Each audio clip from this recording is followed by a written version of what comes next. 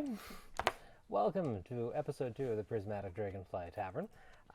If you joined us last week, or you're watching the past episodes on YouTube, which thank you, we finished a really interesting session last week where we used the web method to generate character relationships, getting set up for our long-term campaign. So, tonight, even though it's episode 2, is kind of episode 1 now.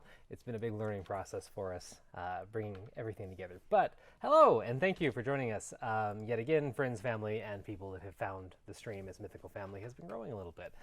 So, we're a little late tonight. We're going to go ahead and just jump into things and get started. So, tonight on episode 2 of the Prismatic Dragonfly Tavern, I'm going to spend a minute just kind of setting the scene for both you and our players and explain the story to date, which isn't too much, but there's a couple important things to know before we start tonight. So, trying to keep it as basic as possible. If you'd like a more in-depth explanation of the world, there at the beginning of our episode number 1, I did go over it a little bit with the world map, and in the future we'll definitely be putting out some more in-depth world/lore videos. But shortest I can make it. This campaign is taking place on the planet of Akora. This planet is my homebrew world that I played in for a very long time, and it has a lot of different things that mean the world to me squished into it, including some cities and towns and kingdoms that I played in and other people's games who have graciously let me use it. And it's just all kind of formed into this world that I get to play around with. And I'm really lucky to get to play around in it with some of my best friends. So I'm excited for this.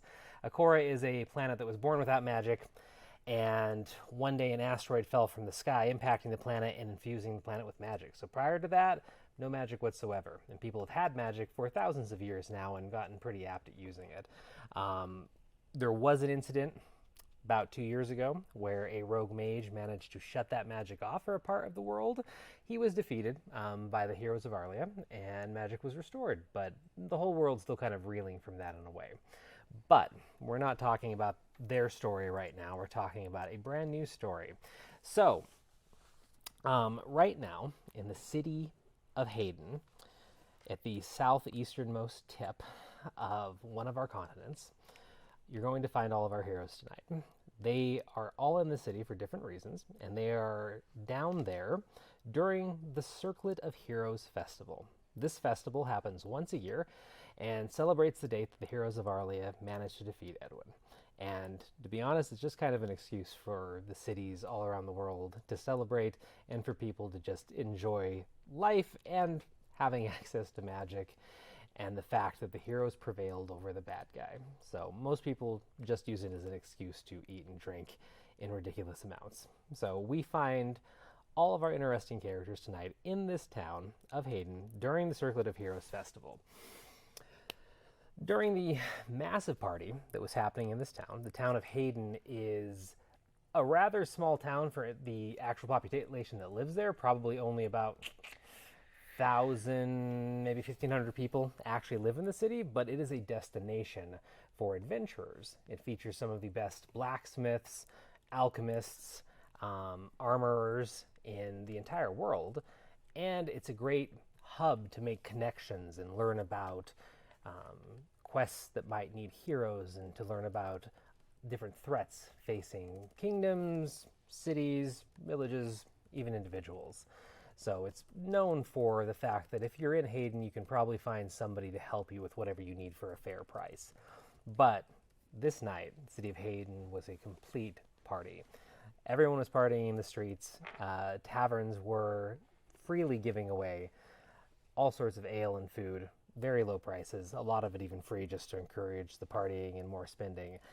And there was this new drink being handed out. It's called Glister Delight. And this drink is one that was imported recently from the Kingdom of Kor. What's special about this is it's not your standard ale, wine, spirit, or anything else like that. An alchemist in the Kingdom of Kor managed to bottle the water from the Glister Sea. The Glister Sea is a giant inland sea that has the unique effect of being almost carbonated, you could say. It has bubbles drifting up through the surface of it.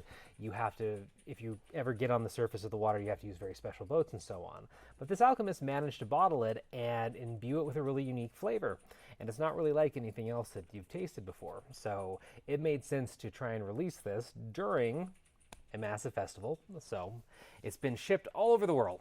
And each one of these individuals decided for one reason or another to imbue it that night. And after a few minutes, they fell into a deep, fitful slumber and had a shared vision with one another. They think they might have seen other people in it as well, but it was these adventurers specifically that shared a vision that lasted for what felt like quite a while. They were in complete darkness in a field at first, and eventually they found a beautiful hidden grove of these trees producing a very strange fruit that seemed too good to be true, something called essel fruit, where you would take a piece of the flesh, eat it, and it would change to bread the second that it touches your tongue. And these fields were massive. They managed to survive a night through a storm, and then in the morning, they met a elder named Onus. And Onus informed them where they were. They were in right outside of the city of Rafelt, and they were very curious to how they got there, because this part of the continent of Quandir is cut off from everybody. This is a remote village. It's supposed to be a very hidden grove to grow these very valuable fruit. But Onus was kind and took them in and took them back to the village and introduced them to the small town and explained their way of life and how they harvest the fruit and send it inwards to the rest of the continent every year. But they've had an issue for a while, and they've been cut off because the golem that protects the only pass in and out of the area has gone rogue and wouldn't let anyone pass. So, being very clever and being adventurers, they tried to approach the golem and solve this. And in the end, the golem was defeated rather easily. So they thought everything was going to be all right, and this city was going to be happy. But turning around after defeating the golem, they found the entire city with their weapons drawn, and Onus as well, with a blade drawn. And they said that they couldn't let them go because if anybody knew about the location of the village, then their essel fruit harvest would be at risk. And they woke and they faded back into blackness as all of the people in the city lunged at them. Floating in this inky sea, they then had a vision of a woman with slightly muddled pink skin, very drawn expression, and she proceeded to lecture them in a very cold and calculated way, telling them that this was an example of why you shouldn't be a hero, and that in the end, heroes are always betrayed. And after that, it faded black. And that's where we're going to pick up tonight, is the aftermath of drinking that Glister Delight and having this rather intense vision. So, it's now morning in the city of Hayden. Sun's barely coming up. Last night, each one of you was in the very large city square, where there's a series of 3 fountains in a triangular shape spaced around this giant square. And last night, it had about 800 people in it, squished shoulder to shoulder, drinking drinks from local taverns, making food. There was even a couple campfires that people set up in the middle of the city just to cook their own food in game. And it was a delightful party. There were multiple bards playing. In fact, one of the fountains had a troupe of bards standing on it that was just blasting music for everybody. It was a great time. But as you begin to drift back into consciousness with one of the worst headaches that you've ever had, there is nothing but silence.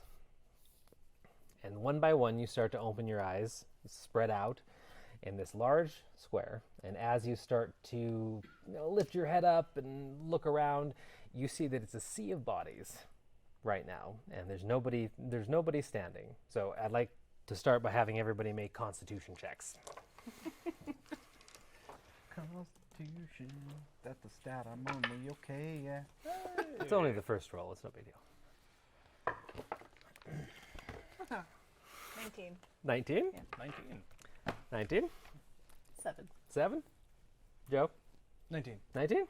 The luckiest number, 13. 20 total. 20 total. Okay. So, if you rolled 12 or above, you are part of this crowd. Sorry. That is waking up right now. And it's going to take you a good minute or two to even get up to a sitting position, let alone stand.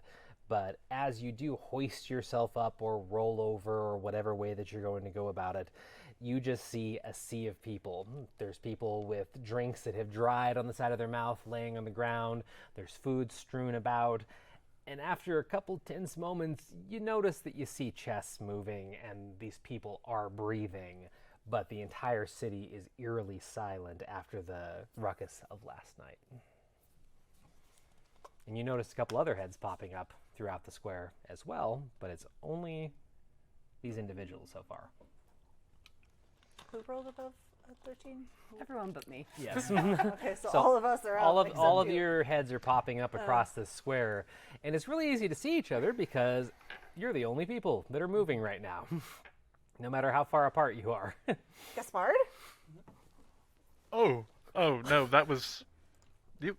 Wait, you were in the dream? Yes, were you? Yes, I thought it was a nightmare when I saw... No, I mean, you look great. Thank you. Mother says to take compliments as they are meant. I appreciate that fact, yes. I'm sorry, Miss. You seem to have a little bit of food left over on your shirt. Are you gonna eat that? If you're not gonna eat that, I'll eat that. Do I know you? You look very familiar. No, I don't believe we've ever met. Like Rowan Heliante, pleasure to meet you. Just sticks her hand out, or their hand is just kind of grimy. Wearing a pretty tattered set of clothes. I will reach my hand out and shake, and then as soon as you turn around, I'm like wiping on my pants. But are you gonna finish that? Yes. Oh, okay. That's for me. Okay, I just wanted to ask before I took it. Right, because you're supposed to ask before you take things? Rowan, you're supposed to... Yes, it's very good manners. Precisely well. Forgive them. Yes, they are learning. This is my first time in a big city. That seems right. It's okay. It's also my first time out of my city, so. Anyway, Well, at least without Papa. So, and I like stepping over people's bodies, like getting a little closer, normally in one of these events, my first instinct is to get out. So, then again, I didn't cause any damage this time, so that's pretty good. I'm just gonna lean over and just start picking up some of the food that's on the ground and just chomp on that turkey leg. Yeah, you pick up a leg from the ground of some meat that was coated in sticky red sauce. And as you reach up to take a bite of it, you do notice that it looks older than you thought. That's fun. I'm going to cast Prestidigitation to make it warm. Yep. I'm going to cast Prestidigitation to make it taste good. Yep. And then I'm going to eat it. Yeah. Make another con check. And I think It's a great all spell. this is happening, like Sonny is like checking on the people around her, including Cass, and like trying to wake people up. Yeah, I guess I will. Rowan, no, we don't eat things off the ground. But it's free. And it's still good. Honestly, no one's here to stop you, so frankly, I have nothing to say there. Are you in charge? Excuse me? And like, probably at this point, like, as you're approaching Sonny, like, she's realized, like, everyone's got crud on their face and, like, is trying to wipe off the side of her face with their cloak. I imitate it like, oh. It's like, excuse me? No, I'm visiting. Oh.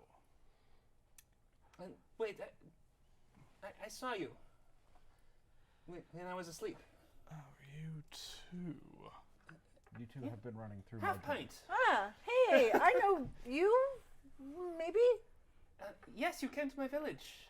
You're much sharkier now. Yes, I joined the cult in my temple. Okay. Okay. Yeah, that seems right. That seems right.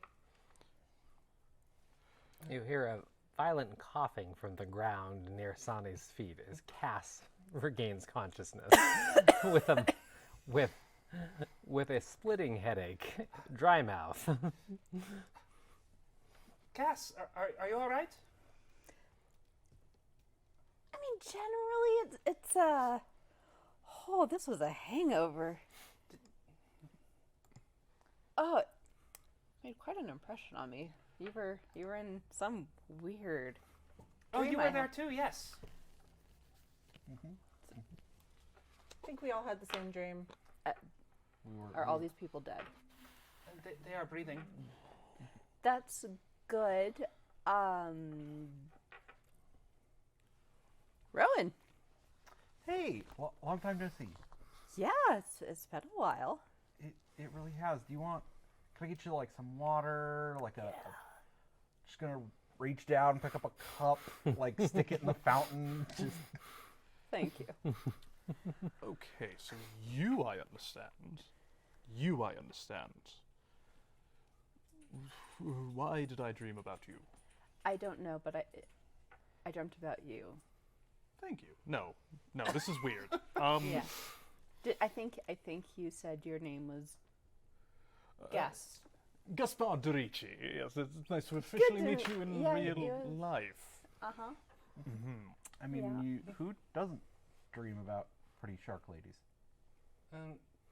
Thank you. You're very attractive. All right. Not now, Rowan. This is not a good time. What do you mean? I was just trying to give a compliment. Sometimes you filter the things that come out of your mouth. What? Yeah. Since we apparently shared a hallucination or whatever, I'm Cass officially. Nice. Is your hand? I'm looking at your hand. Is it clean? It's as clean as Okay. anything Yeah. here. I shake it, and then I Yeah. don't wipe my hand off. Okay, so we dreamt about the village with the fruit and the breadfruit and the It was very tasty. Yes. Now that I'm sitting up, I think I'm gonna start checking to make sure I have like all of my crystals and like my gun and like Yep. everything is still on me. Yep. Everything's as you remember it, roughly, from last night. Doesn't feel like there's any pouches missing, and you take the time to count the kind of crystalline rounds that you keep in a bag and just go 1, 2, 3, and everything's still there, and your gun's actually loaded, and everything's fine. That's odd. I don't usually leave this loaded. I must have forgotten last night. There's a charge in it for some reason, and it's just spinning, so. Okay.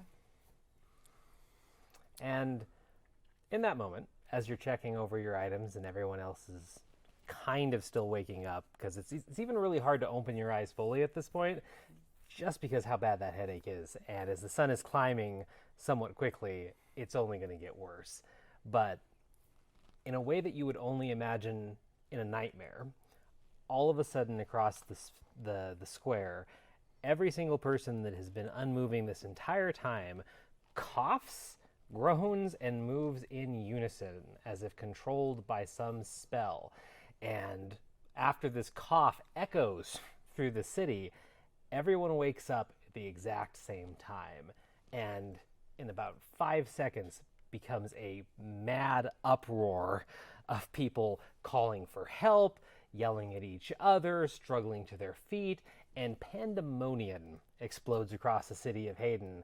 And even though you're standing next to each other, very somewhat close at this point, you're almost cut off from each other as just everyone surges to life and is like, what the hell? You hear people, some are laughing, some are crying, some people are calling for city guards. It's chaos in the city square right now.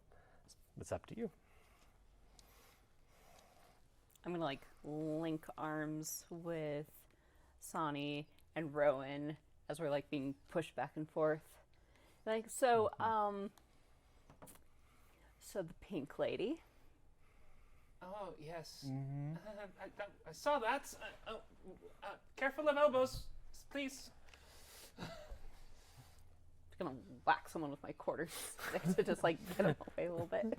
Yeah, you whack a half giant that just kind of grunts and turns to the side, and everybody is still. People are quickly trying to find a way out of the square because it's still shoulder to shoulder in here for the most part. And you hear not warning bells, but like horns going across the city as well, as if somebody's being notified of this. And the small city guard that exists in Hayden is probably trying to wake up themselves right now. I think I'm trying to like scream over. Rowan, now would be a very good time to get out of I'm here. already being dragged along. I'm just going with it. I'm like, this feels right. Stay calm. Goodbye. Goodbye. As you're standing there yelling, make a perception check for me. That would be a 9. A 9? Okay. So as you're kind of yelling, you catch something out of the corner of your eye, and it's more the absence of something. And you notice that there are a couple alleys nearby that nobody seems to be flowing down as a potential for like a getaway or somewhere that you can stand without being crushed if you want. Yeah, I think as I'm like, goodbye, like I'm just like slowly shimmying over in that direction, not making a scene anymore. I'm trying to get there. Okay. I'm absolutely following Gaspard. Like, as soon as I see Gaspard move, I'm like, yes, my best friend is here, and I am... I see Half-Pint doing that, and I'm like, a little faster, okay. Before I get 30 feet from Gaspard's just gonna hear Rowan's voice in his head. It's like, hey, don't go too far. I'm in an alley. Okay, well, where are we? Where's this other? Depends on where Cass was taking you. I was like, well, I presumably have a room in a tavern nearby, if they're still going to honor how many days I paid for it. We could go there. It'll be quiet. It'll be dark. And we could talk. We could figure this out and why we dreamed about each other. Yes, I'm just gonna tell Gaspard. I mean, we're going to Cass's room. Fantastic. I'll look for that. Mm-hmm. You're breaking up. No, the connection's quite clear. Wait, where did Gaspard and Half-Pint go? I can't see them from here. I mean, where are we? We're going to your room, right? Yeah. You did have a room at the Dragon Wings pub. Yeah, the Dragon's Wing pub. Just send to Gaspard. Going to the Dragon's Wing pub. So I think as Half-Pint kind of like makes the distance and stuff, and I see you there, I'm just like, I'm gonna go to the Dragon Wings pub. There's a dark room, and it's gonna be cold and dark, and we can talk. I've already committed to this, so I'm going. Okay, I guess I'll go with you. Like, I don't Oh, know anybody else here, and I don't really know where the rest of the crew got off to. It's kind of chaos. yes, no, that sounds lovely. Let's go. Let's go. Yes, you Yes, all. it's been so long. I've missed you. It's Papa lovely. misses you. Oh God, I love spending time with employers. So you're going to try and make your way as well? Yeah. Okay. Are you thinking about what you're saying before you say it? No. Oh, no. No. So, even in just the minute and a half it takes Half-Pint to get to you and just have the conversation and everything like that, it's already becoming much easier to navigate the city as people are going into their own rooms or buildings. You do see a presence of the city guard kind of fanning out through the square, and they're just they're helping people up. It looks like they're sending for clerics. It seems like more of a just, make sure everybody's okay at this time thing, but there's a lot of questions being asked, and the city is just kind of blanketed in a din of many voices right now. Very confused, very hurt, very scared voices. But one way or another, the two groups can make it to the Dragon Wings pub, and it's a pretty unassuming, standard-built tavern, except for the fact that both the sides of the roofs look like they're made out of leathery dragon wings. But they're obviously overdone based on some sort of, tall tale, and are definitely fake as they're falling apart and the green color has mostly washed off. But at one point they might have been impressive and seemed to have these little spikes lining them as well. But other than that, it's a 3-story tavern pushed up against a section of 5 buildings near the docks, and it's not too populated right now. There's people coming in and leaving as well, and it looks like on the inside there were plenty of people that experienced this weird vision and were passed out that have now regained consciousness. But Cass can find her way back easily to her room. So you had a room on the first floor, pretty standard one bedroom, room, but you do have it for 7 nights, so. I'm going to just sit at the headboard, like against the headboard, pull whatever the blanket is around me and be like, all right, now that we are someplace quiet and dark. Do I get the sense that like cure wounds or something would deal with this headache and the after effects of this? Or like lay on hands to help cure a disease or neutralize a poison? Yes.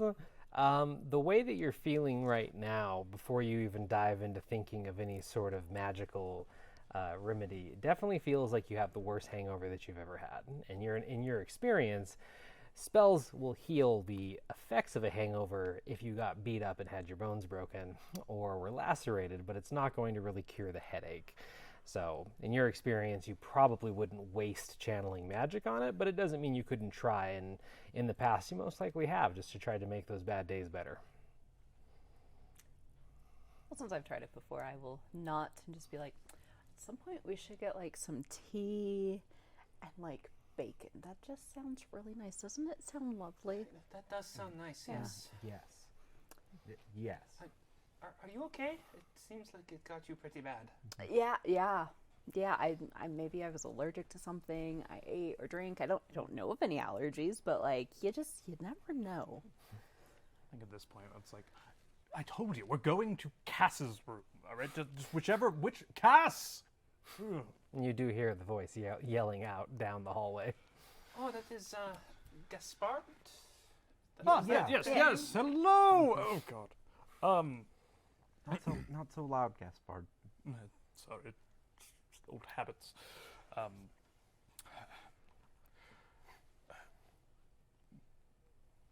Thank you for having us. Yeah. First place I thought of.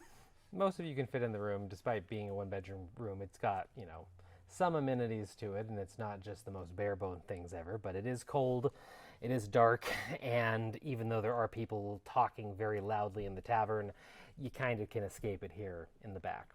As everybody joins together in this room, though, let's, just for the audience and each other, go around the table really quick and just describe character name and what they look like. So you don't need to talk about yourself, anything, but just, what does your character look like right now? Eye color, hair color, describe them, what they're carrying, XYZ. And we'll start with the one that's in a blanket. So before she was wrapped in a blanket, Cass is a high elf. High elf? Yes, high elf. Paladin. And she, because this was a party, is in slightly more festive bohemian attire,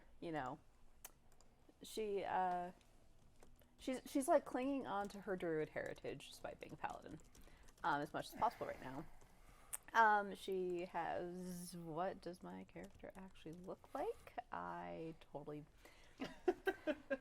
didn't write that down. She has gold eyes, like reddish brown hair, like kind of a claw mark scratch along her cheek, and kind of freckled and weathered and all that. Yeah. Okay. Half pint? So Half Pint is a half-orc artificer. That was the word I was looking for. She has basically been trained from a very young age to take over the family business. She was adopted by 2 very nice gnomes when she was left on their doorstep 40 years ago. For whatever reason, she doesn't really have much experience with the world outside of the few trips where her family was training her to kind of take over eventually. She's, I think, 6 feet tall, red hair, green eyes, and you can see that her hair is swooshed across her face in such a way to hide that there's a very intricately designed kind of scar on her cheek. And on her back, you see that she has what looks like a very complicated gun. It's basically open at one end, up at the top, and then a crystal kind of like floats in the center. Yeah. Dale. All right, so I'm playing Sani, who she, her pronouns. She is a 5'2", possibly a little bit underweight waif.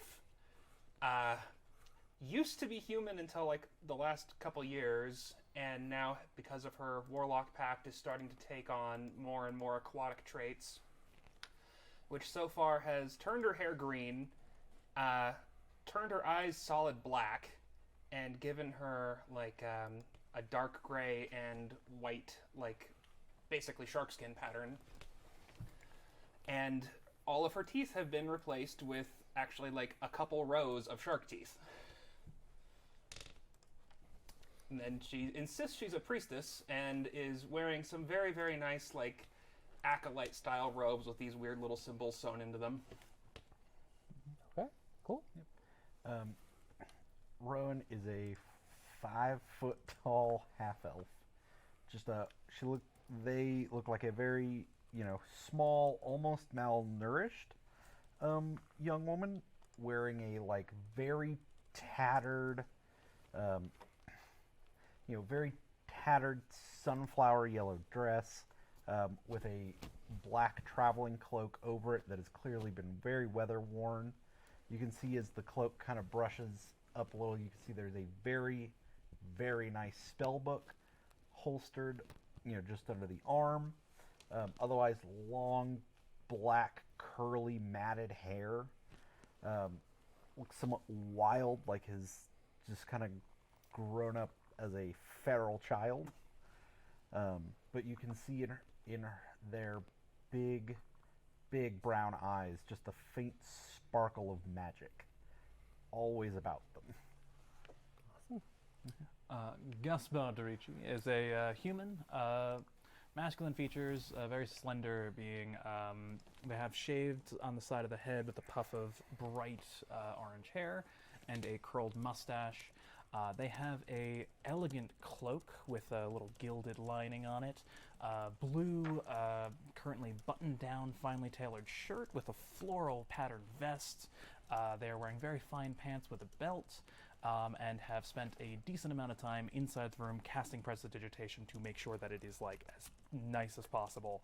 And they are currently leaning against a coat rack as if for some reason trying to impress everyone in the room.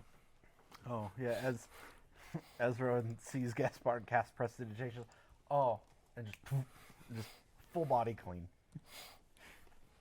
All right, I so wink. Like, good job. very interesting collection of characters. You are in Cass's room at the tavern right now. The door's still open. Cass has a sheet pulled over herself, and the world is yours. So anyone have any theories about what happened other than, I don't know, we all had some wild trip? Because if that's the case, like, cool, we need to know more about this, but I feel like that, like, could have taken the first part as just like something weird happened. But then Pink Lady, very confused. Very confusing. Yes. Do any of us have any ideas what might have possibly done this? I mean, does anyone have an experience with weird sort of, arcane traps, experiments? What? No, what? No, Not I'm not suggesting anyone in particular. No, I'm just. Define weird? You're weird. Oh, then I have a lot of experience with weird arcane experiments. Rowan, you are the one person I am certain has nothing to do with this. This is not familiar to me, but I could maybe ask. Oh, do you know someone? Well, I could meditate on it and see if my gods have anything to say. Oh, that's a good idea, yeah. Oh, yeah, sure. No, yeah, okay. That's not what I expected, but yes, no, good. Okay. How does that work?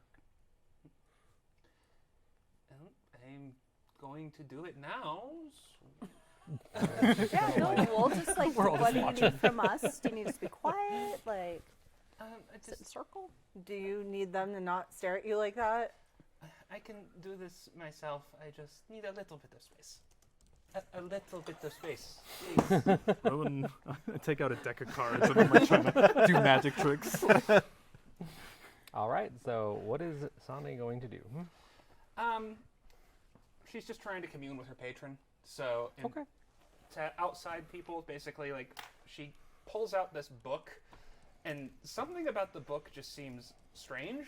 Like, it's simultaneously very, very obviously old, but also in, like, immaculate condition. And it doesn't look like it's made of anything, like, untoward, but the stuff it's made of is not stuff you would normally make a book with. Like, there's pieces of coral and, like, there's some kind of a vellum for the pages, but it's not, like, a terrestrial animal vellum or anything like that. Like, this is definitely made out of some kind of underwater skin. And all the inks on it are just weird colors. Like, none of the... Like, it almost kind of hurts to look at the patterns they make. Yeah, no. I will check in with you when you have an answer. Yes. She just thunks us down on the desk in the room and, like, leafs through a few pages and then starts, like, tracing out... Like, just takes one of her claws and, like, just pokes her fingertip and starts tracing out a pattern on the wood. Okay. Are you just trying to commune without, like, casting a spell? With Yeah, I more don't of a have, like, general? an appropriate spell. It's really Okay. just trying to commune with the patron since I have a connection with them. Okay, that's what I figured. Go ahead and make a religion check for me. All right.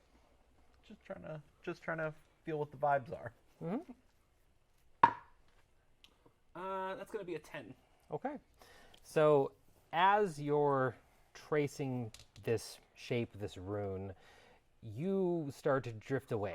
And this is something that you're kind of familiar with when you're communing with your gods. And it's not an unpleasant feeling, but you definitely feel your consciousness briefly kind of pull back and detach from your physical form. Everyone else sees Sane just behaving, what you would assume is normally for drawing at a sigil or a rune. But you do feel a cool breeze go through this already cold room. And I mean, very, very minor. So much so, in fact, you're like, did I really just feel that? But it felt like cold air whooshed over you. And you do smell salt in the air, a little bit of brine.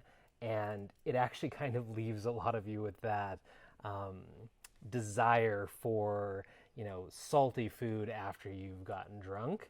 And it smells really good in your current state.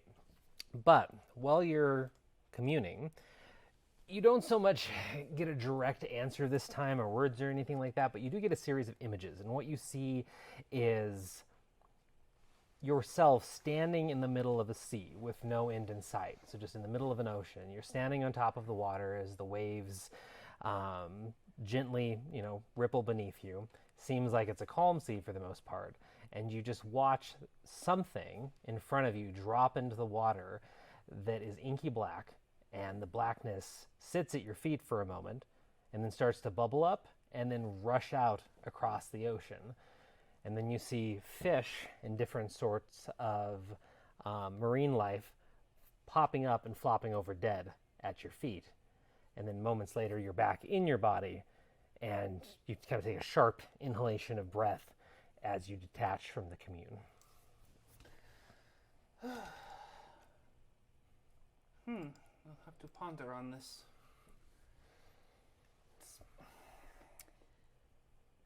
Okay, well that didn't pan out very much. Yep. There's something about bubbles. Wait. Did any of us interact with bubbles yesterday? Like in the air? Like at all? It's like a drop of something in the sea and then it spread. Right, because if we all experienced a thing and then we all did a thing, then we could deductively tie the thing to having done the thing to the dream. Let's see. There were the kids with the giant bubble wands. I remember seeing the kids with the giant bubble wands. Yeah. So Should we go interrogate them? Probably not. I feel like children are not involved with this. Bubbles in the Generally. fountain? Yeah. As you're talking, you hear just a couple thuds from the floors above you, and it sounds like there's a lot of people suddenly in this pub moving around. And just while you're having your conversations, you hear more of those bangs and scrapes and people trotting up and down the stairs. And it kind of feels like people are packing up quickly and leaving for whatever reason as you're all talking. That doesn't sound good. Can I try to listen to one of their conversations? Yeah. Are you going to just try and listen with natural ability, or Like I'm gonna go into the hall and like maybe walk just kind of past step doors out? and stuff. Okay, yeah, for sure. Just do a general perception check for me. That's a 4. And could you also do a performance check? Sure. That's a 19. Okay, cool. So yeah, you're gonna wander for a minute and see if you can pick anything up. But even just stepping in the hallway, it becomes evident to you how much of a circus this is becoming. And people are in various states of dress, many that were dressed for a party, some that are throwing their armor on over said party clothes, and people are just packing up and leaving. It doesn't look like anyone's like, rushing out to fight or anything like that, but they want to be gone for whatever reason. But you can wander for a minute as they continue to talk. I'm going to pop my head into the hallway and see if I see any of the crew from the ship. You spend a moment just glancing back and forth, and you don't even need a perception check for it. Due to how well you know all of them, you'd probably catch them really easily, and you don't see any here at this time. Yeah, I don't know where Mummy let the sailors stay. I was thinking it was something like this. This seems appropriate for them, but I don't see them. Maybe somewhere closer to the dock? That would make sense. Mm-hmm. Oh, there were bubbles in that one drink. Oh, yes, the new one. Yeah. Oh, what was it? Gloucestershire sauce. Yeah, Glister. Glister something, yes. Yeah, Glister something. Weird name. Gloucestershire? That seems right. I do not think that is right. Like Glister Joy or something like that. That's Yeah. Like blister? No, it was something. I heavy, think like, you are getting more wrong. But anyway, there was that. I don't know. Did you guys try it? Like, I think someone was handing out like free samples or something.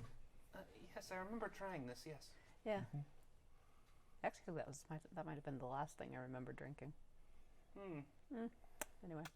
Didn't we find like a bottle of some like bubbly fizzy thing that we drank in the trash? You turn to look and You're talk to not supposed Gaspard. to eat out of the trash. Why? Did you at least purify it? No.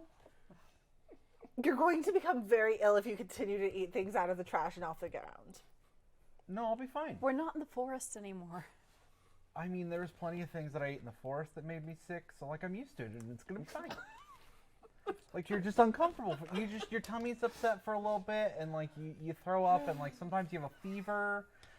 There was one time that I did get a weird yellow rash from some mushrooms. Okay, that's enough details. This is not appropriate. Yeah, no. This is not appropriate, and no, Mummy would not enjoy this story. I will make sure that I do not remember it. And Rowan, you realize that you were talking to Finnair because Gaspard's not there. And then just in my head, Gaspard, where are you? I was talking to Gaspard in my mind. I get the sense that people are in a hurry. We didn't commit any crimes last night, did we? My gun Gaspard? is loaded. Gaspard? Mm-hmm. Gaspard? Yes. I could not tell you what a crime is. Rowan, bless your sweet little heart. So I want to say yes. I think we need to leave. Why? But Cass is so nice. Cass, you know what? Cass can come with us. I just people. Okay, and what are about getting in a Sonny? Because Sonny seems really cool. Oh, damn it! And like, what about Half Pint? We can't keep them all. But why not? Why not? As you're arguing, Gaspard, and you've been walking around, you haven't really got coherent conversation that means anything to you. You can hear people and what they're talking about, but nothing seems of interest / sticks out. But what you do notice is that, as you're focusing on this telepathic conversation and you're trying to continue to walk, it feels like your footsteps get thrown off as if you're stepping on something, and the sound of your feet on the wooden floor change a little bit. And you look down as you're talking, and you see a lot of leather flyers that are scattered about. And you saw these when you came into the city, and it seemed like on a lot of the adventuring boards and just people handing these things out, instead of pieces of paper with information, they're really nice pieces of leather that seem to have details embossed on them. And they come in a wide range of browns, but you notice a whole bunch of other colors as well, including blue and red. And they just seem like everywhere. And then as you look around, you see that people are actively throwing them out of their rooms, or opening a bag, throwing one out, and then just leaving, kind of thing, as you're talking. I pick up a few different colors and I decide to start to head back. Okay. Were you saying anything else to Rowan? No. Sorry to throw you off. I think I'm just ending it with "we can't keep them all." Okay. Why? Why though? So, I think all of us should be able to so what do I see on these flyers? So you just unroll one at random that you picked up, and if the text were to appear on a piece of paper, you wouldn't have even batted an eye, because it looks like an advert for adventurers to guard a caravan that's heading from here to a nearby city. And then you go through the next one, and it's somebody asking for help, just literal staff for a ship, not even like a crazy quest or an adventure. They just want staff for a ship. But all of these are the nicest sort of job flyers or notices that you've ever seen. But you do look at the last one that you grabbed, saying that you grabbed 3 of them, and this one's red. And this one has a big stamp at the top that is burned in instead of embossed in, and it just says important on top of it. And as you enroll it, you see that it has details about a farmer nearby that's been looking for help for, as far as you can tell, 3 weeks. And there's like a little stamp every week this, continued to remain open. And it looks like the bounty has increased in price every time as well. It looks like it's from a farmer called Talwyn. He has had a cloud hanging over his farm for 2 weeks that is starting to ruin his crops with violent weather. And he believes he knows a cloud giant responsible, and he needs adventurers to try and help stop this before his farm is destroyed. It has footprints on it, just like the other ones.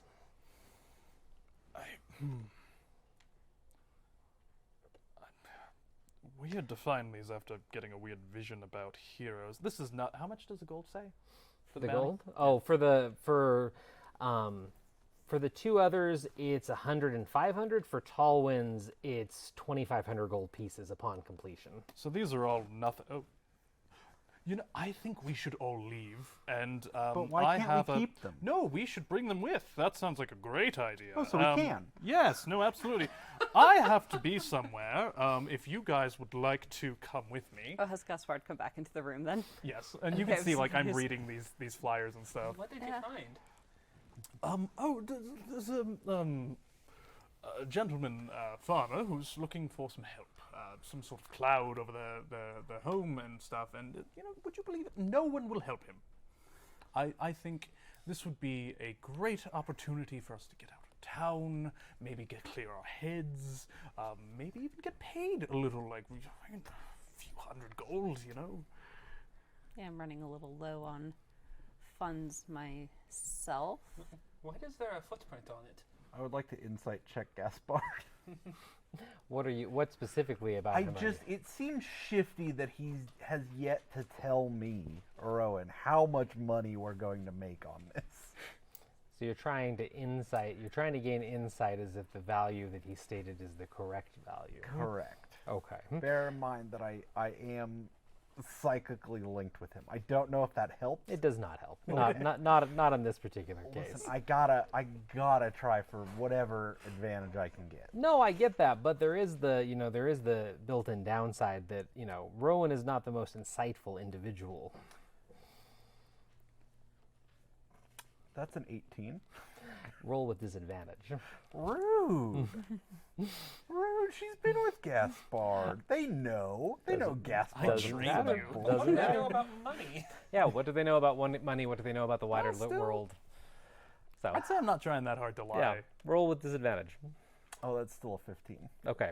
She's So not that you uninsightful. notice, you fixate on Gaspard when he comes back into the room, and it's not so much that a specific value was given or anything, but for a moment you just feel this pang of, the closest way that I could describe it is like being left out of something.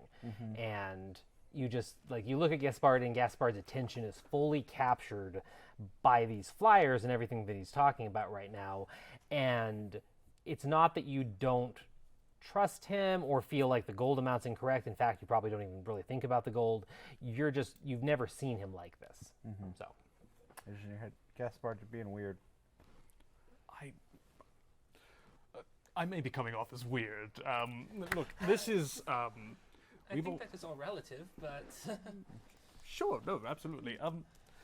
Look, we could all try to figure out what weird plague has befallen this little town, or we could help someone else and get a little coin in our pockets before the guards start asking us questions. I don't really need coin, and if I leave the crew, Mummy will be very angry at me. Oh Why no, would they ask Half Pint, us no, we want you so bad. But okay. Let's settle one thing. This place that we dreamt about, does it exist? And Cassie's just gonna like dig through her bag and pull out a world map. And does this place show up on the world map? Like, is it significant enough to be marked? So the place in your vision, Rafelt, doesn't show up on a map. So you look over the continent of Quandir, which is not that big to begin with, but on your maps you don't see it. But you do recall from the vision them talking about how isolated and hidden it was. So it doesn't.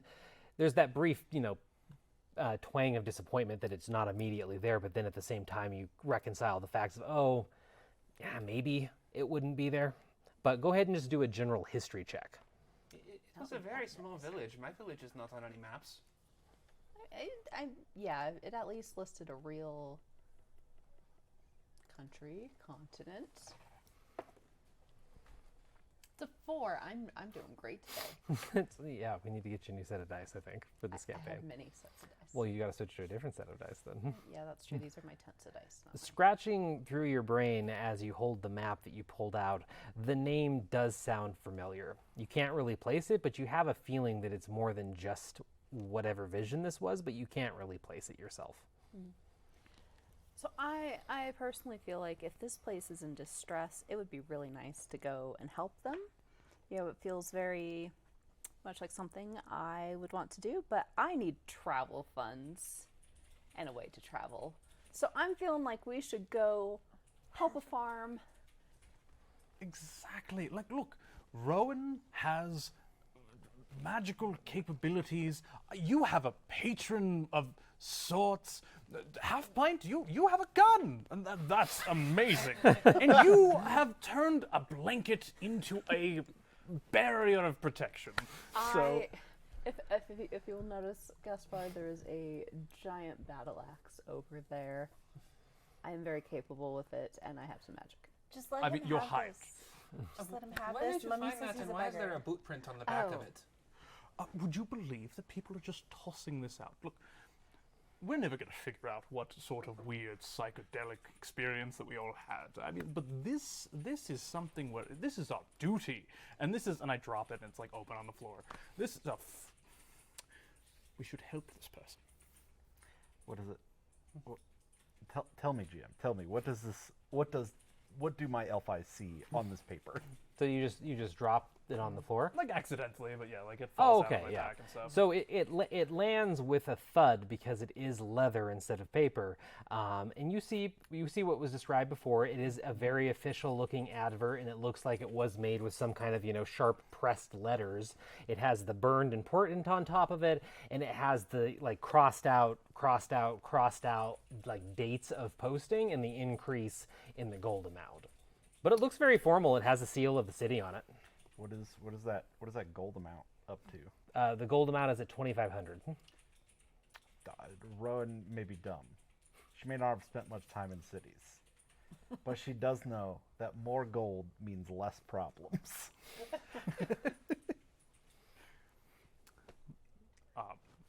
Sonny just picks this up, looks at it, it's like, oh, I've never seen a cloud giant.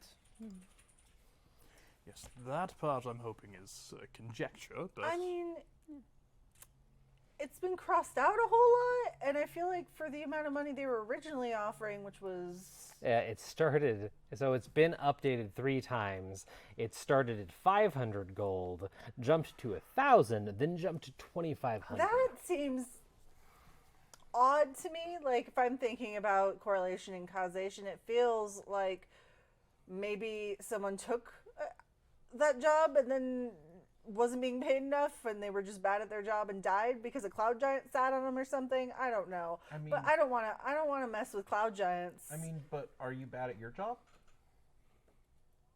why? Well, because if you're not bad at your job, then you can get 2,500 gold. I don't need 2,500 gold. Mummy takes care of me. Oh, what?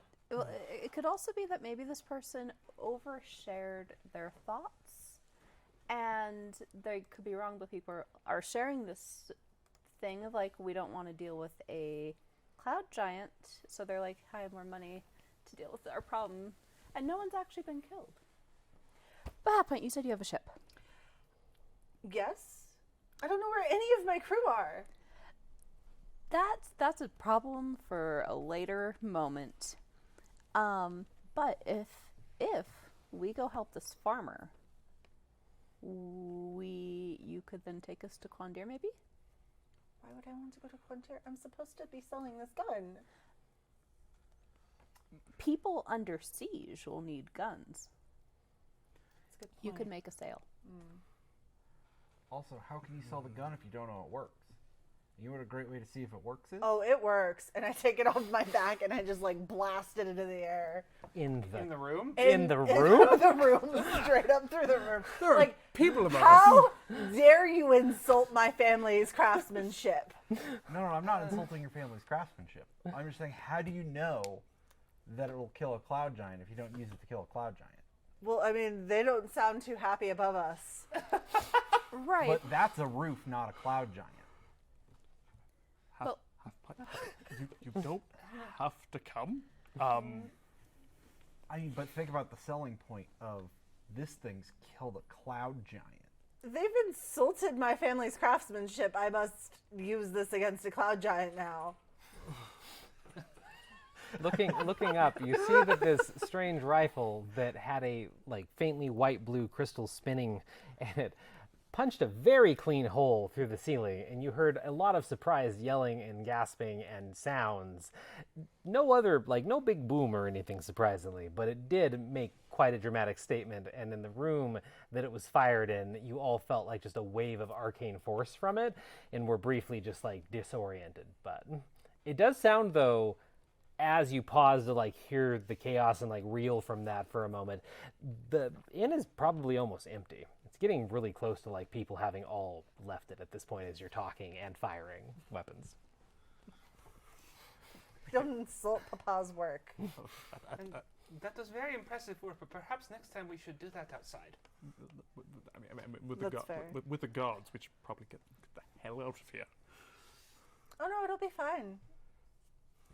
Nobody will care that I've shot this gun. I start walking downstairs. I'm so just certain about leaving this. with Gaspard because I'm like, guards bad.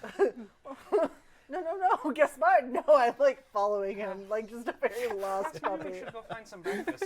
Yeah, I like that plan. We need nourishment before we can go fight giants, or deal with whatever's going on with Half Pint and her gun.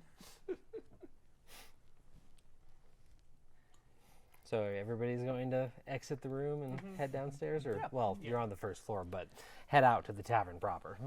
Okay, I'm going to first don my armor. good idea. Yeah, so that way, just in case. Mine absolutely never came off. Mummy would not have it. So we wait for 10 minutes. It's chain. You just throw it on. Not that bad. Yeah. So, as you filter out into the tavern one after another, some chasing the others, and some, a minute or two later after donning their armor, it is completely deserted at this point, and there are half-drinking drinks everywhere. There are tankards spilled and, rolled across the ground and that are just sitting there. There's food that is definitely at least 24 hours old on the tables. And those flyers are everywhere. And just random people's possessions and stuff like that. And on the middle, so the pub has instead of having like a long bar, it has a very short square one that leads right back to the kitchen, and it has limited seating around it and then a ton of tables. And sitting in the middle, or on the middle of the countertop there, is a very tired-looking gnome who's wearing a black leather apron over some very simple clothes. She has silver hair that's pulled into two tight braids that just kind of end right here. She looks like she's old, but for a gnome, you never really know how old is old, and she just has her head in her hand, and she's like looking around, just looking completely distraught. Gnome, Yeah. are you the proprietor of this establishment? She like jolts slightly and glances over your way and goes, "Yes. What is your name? Are you actually going to stay, or are you just headed out like everyone else?" I think I'm supposed to go shoot a giant or something, but what is your name? Did you want any of my services? Do you have a bag? If there's anything for breakfast, I would very much like a meal. My name's... Hi, I'm actually staying here. Hello, my name's Trilith. I'm sorry for my curtness, but this is not a very good day for me or the town or for a lot of people. But there is food if you'd like. Yes, please. Anything in particular? I am not terribly picky, but Nothing fizzy. Nothing fizzy. Nothing Whatever is fizzy. easiest for you and goes with a hangover. So, cured meats and water. Perfect. But do you also have a bag? Don't give her a bag. Why do you need a bag? Look, we don't need a bag. Just when she goes, we'll get stuff off the table, right? She just like slowly reaches back and slides off the counter and lowers herself behind it and completely drops out of sight. And you Or hear just her gonna like scramble up over the counter, just lean. Like, I'll give you gold for like a burlap sack.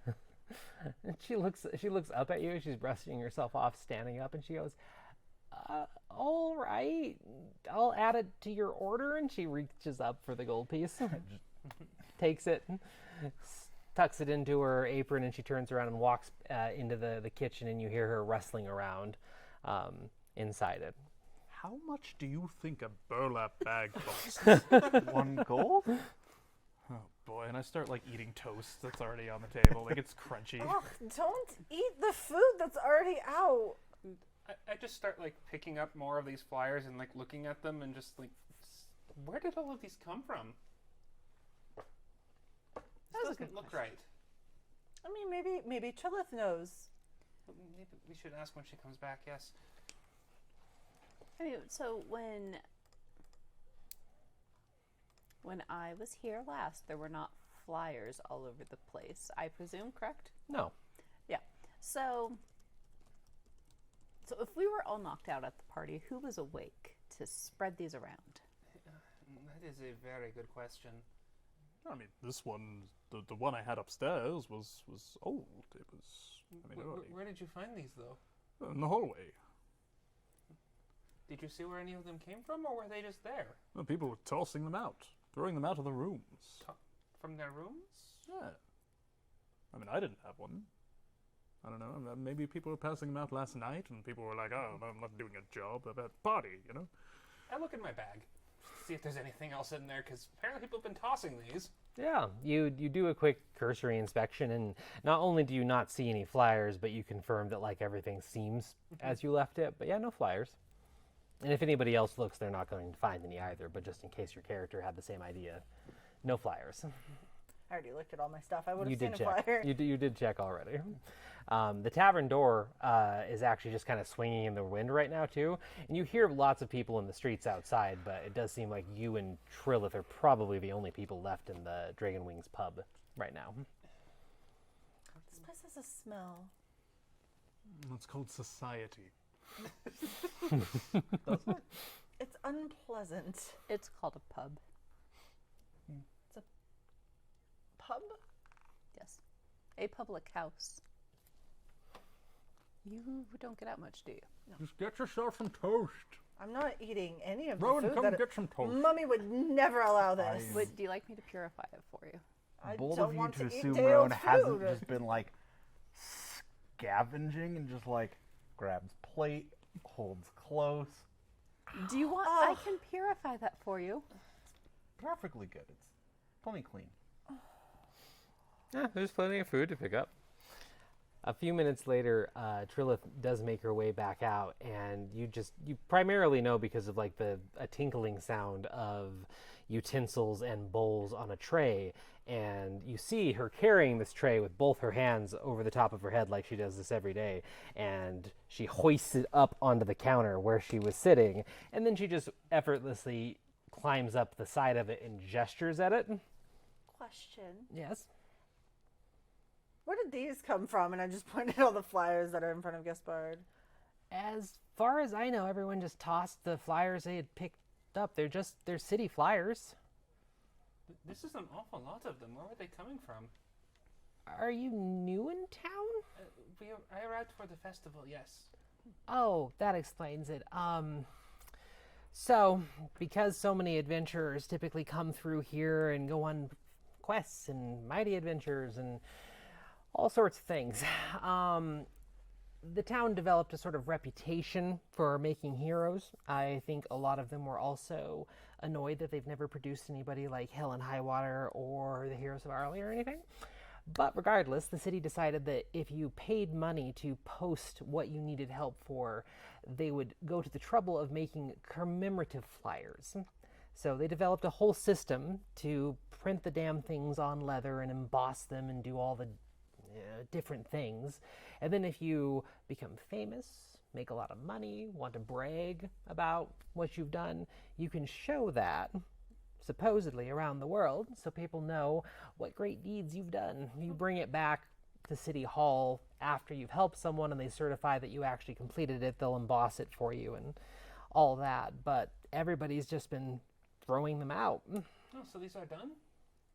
No, I mean, she kind of like looks down on the ground and she just kind of wildly gestures. And she's like, none of these have a seal of completion on them. It's just, a lot of them, see those two, they're repeats. So it's, people probably picked them up when they came in from the festival, from one of the boards or information booths or City Hall itself. And they probably were going to try and do something with them, but everyone seems very moody this morning. Do you think they had the strange dream too? Potentially. Did you have the strange dream? You weren't in our dream. You weren't? No. I passed out last night like everyone else. There must have been tainted drink or meat or something, but I just slept behind the counter and woke up. Oh. So you don't remember a pink woman?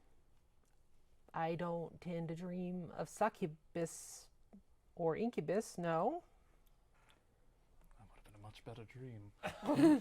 As I recall, this pink woman, did she look like a succubus? She did not look like a succubus or an incubus. She just looked like a human with incredibly pink skin that had like a watercolor, like white splotchy pattern over it. But she didn't have horns or demonic or fiendish or anything features or anything. Why would you assume that's what I was talking about? I own a pub. When people talk about people with pink skin and dreams, it's usually succubi or incubi. That's fair. I mean, it could be Gaspard. a tiefling. Yes. I will join you in this quest, but only if I get to keep the commemorative brochure with the completed step so that Mummy might know of my exploits. But no pay. I mean, that's the most valuable No, I part of the don't entire thing. need 2,500 gold. We've never worked together I mean, it's always been for your parents and stuff, but I'm starting to think that was a mistake. No, I like. Yes, see, the half pint's on board. She's always been very nice. Yes. You notice, one second really quick, Trilith did put a giant silver platter on the front of the counter that has a couple bowls of some slightly warm stew and a massive pile of cured meats, and then just a big pitcher of water and a bunch of glasses for anyone to enjoy. What were you going to say? Is there also a burlap sack? There is a burlap sack, and it looks like it was a burlap sack that probably contained some kind of a root vegetable, had most of the dirt shaken out of it, and then was folded very ceremoniously and is also sitting on the. But there's still some dirt in it. Yes. That's good flavor. Why are you like this? I wonder that myself quite often. Because Rowan is a forest gremlin living out some trauma. Okay? As you start unfolding it, I cast prestidigitation on it, knowing what you're going to use this for. Like, nope, no. Rowan is, in fact, while all of these conversations are happening, going to be walking around the tavern looking for solid foodstuffs. Oh yeah, you find tons. Yeah, And just scraping them off plates into the burlap Yeah. sack. yeah. You said stew? I'm assuming like meat in the stew. It looks like this is actually a veggie stew, but yeah, cool. it just has lots of chunks of vegetables in it, and it seems like she just was warming the pot up, but it smells really good, and like Okay. all the food looks good. Meat in here? No, cured meat, yeah. that vegetable stew. Perfect. I grab that and I just go to town. Did you need anything else? You said you had a room, so I think I remember you paying in full already, but are you gonna stay, or? Oh, absolutely not. I think we are figuring out what our plan is now. Yes, do you know where Talwyn's farm is? Yeah, why? Oh, no, we're just going to pay a visit. I've heard great things. Something about shooting a cloud giant. Oh, I haven't heard anything about that. Yeah, he's one of the few farmers around here that supply a lot of the different taverns and establishments in the city. He grows a lot of fruit, and he hasn't really been in town a lot recently, but I usually get a lot of my berries from him when he's around, but I haven't seen him for a while. So just like on the outskirts of the city? Or... He's about a mile or two away to the north. Okay, You pack can't light, miss him Rowan. if you stay on just the main road headed out. Well, thank you. That's, then we might be back. Who knows? Well, I need to keep and get some patrons at some point. That might be up to the cloud giant. Exactly. We'll find out. She just kind of makes a not my circus, not my monkeys expression and lowers herself back down the other side. And you can hear her she's got quite a mess to clean up right now with everything from last night, just the general ruckus, let alone everyone deciding to suddenly vacate. And a hole being put in the floor of one of her rooms. She doesn't know about that yet, so. Yeah, so Sonia's just picking up some of the cured meat and just very, very daintily eating it. Just so, is this what we are doing then, or? Yeah. Rowan's just hucked her, sack of food over their shoulder and just ready to roll. I've picked up an uneaten, as unstale roll, and it's just making a sandwich with the cured meat and drinking water. We're gonna be good. It's gonna be great. We can do this. It's an adventure, guys. Yeah. All right, and I am your loving leader. So I will stay in the back and. No. Are you? I he looks very. They look very distinguished. Mummy said they're a beggar, so. That's not how a beggar dresses. I was a tester. I was an employee of. Is this when you were an intern? I was a what is an paid intern? employee, paid. I don't know, maybe the same thing as a beggar, because Mummy said beggars can't be choosers, and she was very explicitly talking about them. I need to eat, and Just Nope. opens up the sack to you. This Rowan, is so much food. Rowan, you save that for the road. There's food here that we've paid for. Oh, I know. I'm eating that too, but and I grab another plate from another table and just. There's so much food here. There's so much, and I don't have to go looking. Right. She's gonna become very ill. This actually really is not the worst thing that she's put in her mouth. They will be fine. I'm a little concerned about that. Look, once we It have was the just gold, about- we'll Listen, be it was fine. fine. Like, you could always find grubs if you couldn't find anything else. Rowan, you need to stop. They're a good source of protein. And they've got a lot of vitamins and minerals. How old are you?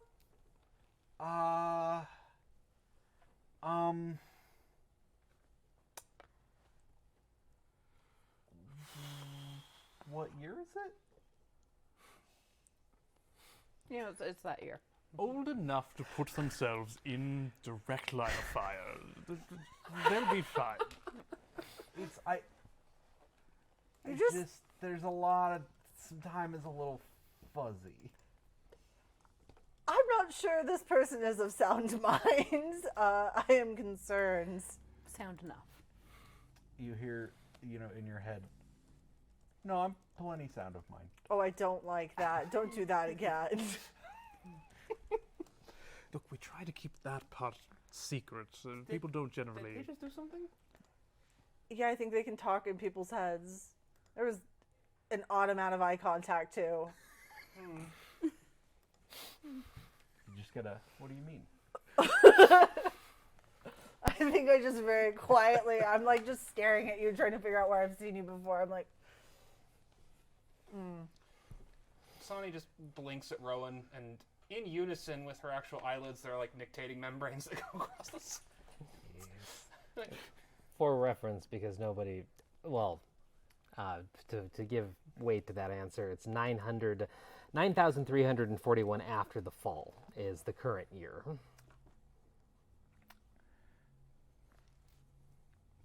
All right. So if that's enough information for Rowan to recall age. Let's see if I put that in there. I keep my data. How about you? So getting the year. 27. How are you older than me? an elf, Wee babe. Well, half elf. still very young. I mean, not that Even young. gnomes aren't allowed to leave home until 40. I would know. Oh, I left home at like 7. Oh, no. You don't ask questions. Hard conversation, Pivot. Half pint, where are you from? From where do you hail? From where do I hail? Yes. I come from whence. We don't need to talk about this. I thought we were killing. Where is we don't need to talk about this? No, okay. Well, we can take the rest to go. Let's get on the road. That is probably a good idea. We don't want it to be getting dark. Have you not heard of the Blue Flames? How about? You can roll a history check if you like. Yeah. I would also like to roll a history check. For blue flames? Yes. If Blue you flame want to vibes. check. I am You can roll a proficient in history check. history. I don't Yeah. need to roll about it whether or not I know the blue flames. 4. Jillian. I know. Different dice. I've been switching up my d20s over here. So it actually sticks in your head in a very annoying way for a second, because the name Blue Flame scrapes along your brain just like the name of that town, and it's like, I should know this, I should know this, I should know this, I've heard something about this, but it's just not coming to you. You know what? I'm hungover. And we're about to go fight a giant or something. I don't know who the Blue Flames are. I got a slick 19 on They that have one. boats Cool. and they make very fancy weapons. I mean, that's lovely. So as Sani's saying that, you recall that you've definitely heard conversations about them. For some reason, though, the conversations that you remember hearing specifically was something about them being warmongers. And there was somebody that had been injured by a weapon that they had created just ranting about them. So you just know that there's some family of gnomes that have made weapons, and the one instance that you really remember hearing about them, it was negative. Well, we were nobility at one point. Not that that's a thing in the anomalous conglomerate anymore. I mean, that's significant. Yes. Which is why I need to take this back to Mummy to prove that I am, in fact, a hero and she can leave me alone. Exactly, and we're not off to kill a giant. We're off to negotiate a contract. right? Let's all be on the same page here. I mean, I would prefer not to hurt the giant if we do not have to. Precisely, I would hate to get into combat. Maybe we just have to talk him off a ledge. I mean, giants can be pretty friendly sometimes. I will take your word for that. Yes, no, this is going Have to you go... You've never seen a giant moot? A giant what? A giant moot. So Trilla reaches her hands up and like pulls herself halfway up over the bar as you're all talking, and just goes, there's discounted rooms if you need to sleep off whatever's affecting you all. Just wanted to mention that. And she like lowers herself back down. Well, I'm feeling peachy except for the headache and the stomach ache and my joints are all kind That's of what I messed up. thought. Comes from the other side of the counter. No, it'll be fine. I just need a little bit of sunshine, got to stretch, just eat all this delicious food that you've made. Thank you so much. I mean, sleep does sound lovely. If this person has waited a little while, so maybe we should just go. I don't know. How's everyone feeling? I feel fine. I have felt much worse many times. This is not even like half of a festival back home, honestly. All right, we're good. We will power through. Mm-hmm. Yeah. Yeah, you just got to turn your frown upside down. Yes. We're gonna do great. Do we have to take the child with us? I would like to. Are they your child, Gaspard? Oh, heavens, no. No. I'm 32. I mean, come on. 32. It's not impossible, but you all are children compared to me. So, So I am the youngest you. one here. Okay. Look, I am of gnomish maturity, and I will be treated as an adult. Thank you. But you're a half orc. I don't know why that matters. Because you're not a gnome. You matured differently. No. No. No. Mummy said 40. Okay. We can wait. This is... No. Let's head out. We have lives to protect and, things to do. All right.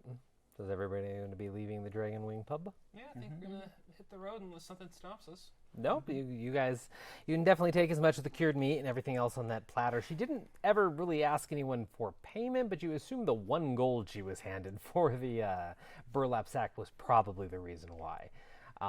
Stepping out through the swinging door into the town proper, you are greeted with a more normal side of people bustling about, but it does seem like anybody that has an air of an adventurer about them, somebody that has a decent weapon, somebody that has armor that's seen battle, they're packing up and or leaving. So a lot of people with, bags over their shoulders, some taking, carriages out of town, some taking horses, just people leaving for the most part. And everybody has a very dour look on their face and just seems to be trying to mind their own business. But based on the information on the flyer, you can, and what you got from the barkeep, you should be able to find this farm pretty easily. And there is a main road out of town heading north, like she said. So if you want to follow along that, it shouldn't be too hard to locate the farm. Do I see any traveling gnomes? Actually, outside, it feels very human right now. You notice just there's a lot of humans, and you spot like 1 or 2 elves, but it just seems like a lot of human adventurers. And then you see a dwarf out of the corner of your eye, and it just feels odd the way that it's shifted right now. Okay. But yeah, no gnomes. Everyone is on the road. I would like to find someone who looks like they've seen some combat or whatnot, and is looking particularly dour heading out of town, and just stop them for a second, or get up next to them to chat. Okay. So you're just looking for somebody that definitely seems like they've weathered battle. Someone who has a heroic vibe, to a potential Heroic vibe. Okay. So closest to you that might fit that bill, you see a older human female. She has mousy blonde hair that is just kind of spilling down her back, and she is wearing the the most hodgepodge armor that you've ever seen. And at first glance, it seems like, she doesn't even know what she's doing. But as your eyes linger on her, you see that these pieces are very high quality and have been strapped together and replaced over the years. And they've definitely taken a beating. And so she has as well. And you notice that her skin is very scarred. Not even just from like swords, but probably magic, probably some other horrific monster or something like that. And her skin's just flecked with injuries. And she's just kind of huffing to herself as she's shoving some books and it looks like a couple flasks of something onto the saddlebags of her horse nearby. She might have even been staying at the pub. Hello there. Hello? Looks like you're heading out of town. You should be too. Why? What do you mean, why? Didn't you have that crazy vision last night that everyone had? Well, it seems like there's been some differences in vision. Some people saw some things, other people didn't see anything. Like, what did you see? I saw death and destruction, and it was the worst nightmare that I've ever had, and it was... You don't find all of this unsettling? I mean, generally not unsettling, but, I did not dream fully of death and destruction. No, but an entire town of people passed out for an entire evening. That's unheard of, especially when magic isn't involved. I've never seen anything like it, not to mention that just the images were disturbing, and if I needed an excuse to retire, I have found my excuse to retire, and I am leaving this strange place before anything else happens. So are you saying that the woman who appeared, I take it you saw a woman who appeared? She was very persuasive? I see flashes of it all. I don't remember a woman. I just remember feeling like death was near, which is not an unfamiliar feeling for me, but this time it felt worse than it has in the past. I feel like this could be a real call to action type moment, and you seem very capable. I've done my bit. It's not worth it anymore. I'm retiring, and I would encourage you to get out of this town too, because whatever weirdo is behind this, I don't want to be here for their next joke. Well, I hope you travel well. Great talking with you. Have a wonderful rest of your day. Be safe. Well, I guess some people aren't feeling as called to action as we are. No, that's about the response I would have expected. That sounded very unpleasant. Yeah.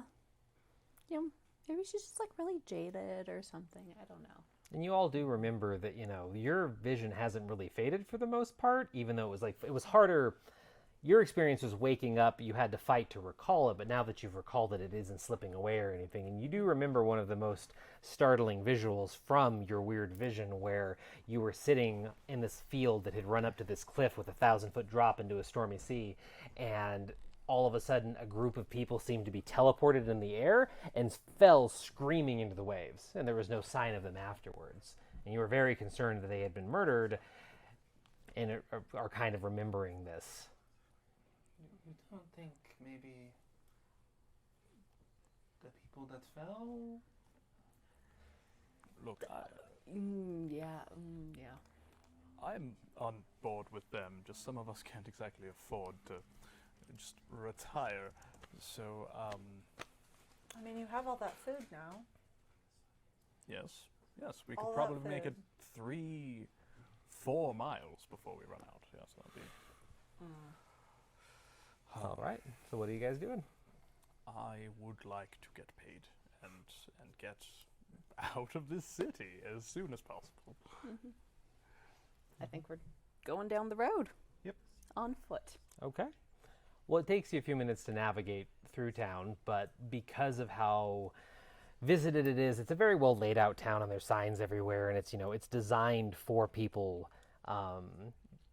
Tourist location with adventurers in mind is the best way that I can put it. But you find the road leading out of town, and it's one of many, but there is one main one headed north that looks like it has been prepared for carts, carriages, different kind of, transport to go down it. And there's actually a lot of people just headed out of town that way, minding their business. But you can get on the road very easy, and you think you have a good sense of where this farm is going to be as you head out. And I think that's a perfect point to take our break. So because we got started a little bit late tonight, we're taking our break a little bit late as well. And we got about an hour of the show left. So we're going to take a break really quick, be back 10 minutes, something like that, and then pick up for the rest of the episode. So thank you for staying with us, and we hope to see you after the break. See you soon.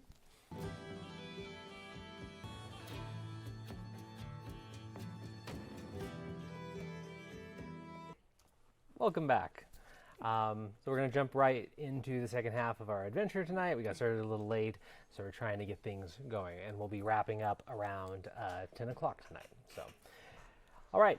So everybody found the road. I need to make sure that this is one of the reasons that I never keep Twitch up when we're doing these games. I'm in Twitch, but I'm not watching it, because as I was about to launch into that description, I can see myself twirling my hands on my screen, and it's very distracting. As you all found the road, headed out of the city, you set out, and you've been walking on it for about an hour or so now, and you've definitely bumped into different groups leaving the city. There's been one or two headed into the city that don't seem to have the dour expression of everyone leaving it. You've been passed by people on horses, and people have kind of spread out in that hour, so you're mostly by yourself as you're trudging down this road. Those of you that took the time to consume food and water, your headaches are getting a little bit better, but you still have that dull thud in your head with every step.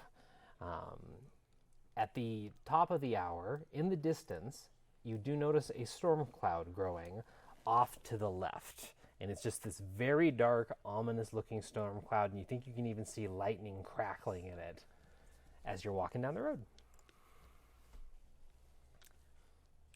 I guess that's our destination. That would match the posting, yes. It looks very thematic. It'll be nice to get some rain.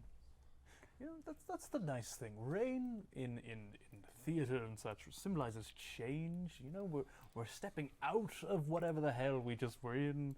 This is good. Washed anew. There we go. Yes, very profound, Ro. But this cloud is just killing everything. What do you mean? That's what it said on the flyer. It's ruining the plants, yes. Yeah. Like over raining, not enough sunshine. It's wasting good food. Oh, we cannot have this. Knows how to appeal to him. And as you're walking along, there is a pretty strong breeze going on, you know, pleasant, but it is blowing south. So it's blowing over you back towards the town. And once you were able to catch sight of that dark cloud, you can confirm what's on the flyer, that the clouds don't seem to be moving. There's plenty of other white clouds in the sky, a couple gray ones as well, and everything else seems to be moving with reality, as it should, but that dark cloud is just fixed in space and time, it looks like. And as you begin to get closer, you can start to see the size of it hanging over just a hillside. That is quite a large cloud. Well, let us introduce ourselves to the farmer. Let him know that we are responding to his flyer, and then figure out what's causing this. But I get to keep the flyer. You do, definitely. I will hood up on my cloak. Same. So as you get closer, hoods are a very good idea. So as Sonny's hood goes up, you reach one of the borders of this as you start to have to peel off the road. And there's plenty of dirt roads, but when you switch onto a dirt road and actually go under the very lip of this cloud, you just notice how soaked everything is out here. Like, the road is muddy, you see a lot of green plant matter, but it's floating, and there is, like, at least, in most places, upwards of 6 inches of standing water, so you're having to trudge through it at this point. But the hillside that it seems to be centered over does have what looks to be a very large house and many fields scattered about as well. And you see that you'll have to kind of jump between some of the different paths to get there, but you can get there. And it is raining rather heavily around you all now as well, which kind of probably feels refreshing for the most part after, you know, waking up with a dry mouth and having that throbbing headache and sensitivity to light and everything like that. And to kind of set some of your steps in your mind as you take these steps into these, you know, puddles, thunder and lightning crack overhead as well.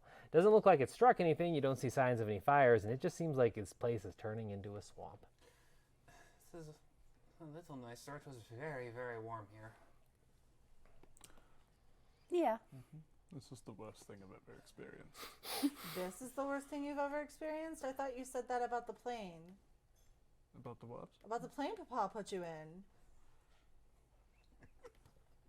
Let's stop reminding Gaspard about bad things. To the farm! Very dramatic. Really fake smile. Just from behind, you just hear Rowan pop up over your shoulder into your ear. So what's this about a plane? Did he just call himself Gaspard? Yes. Yes, they did. Gaspard's having a day. It was supposed to be a little thing that lets you see a different plane into existence. The only problem was I ended up on the plane of existence, and it took them a very long time to get me back. I mean, existence is pretty terrifying. To the farm!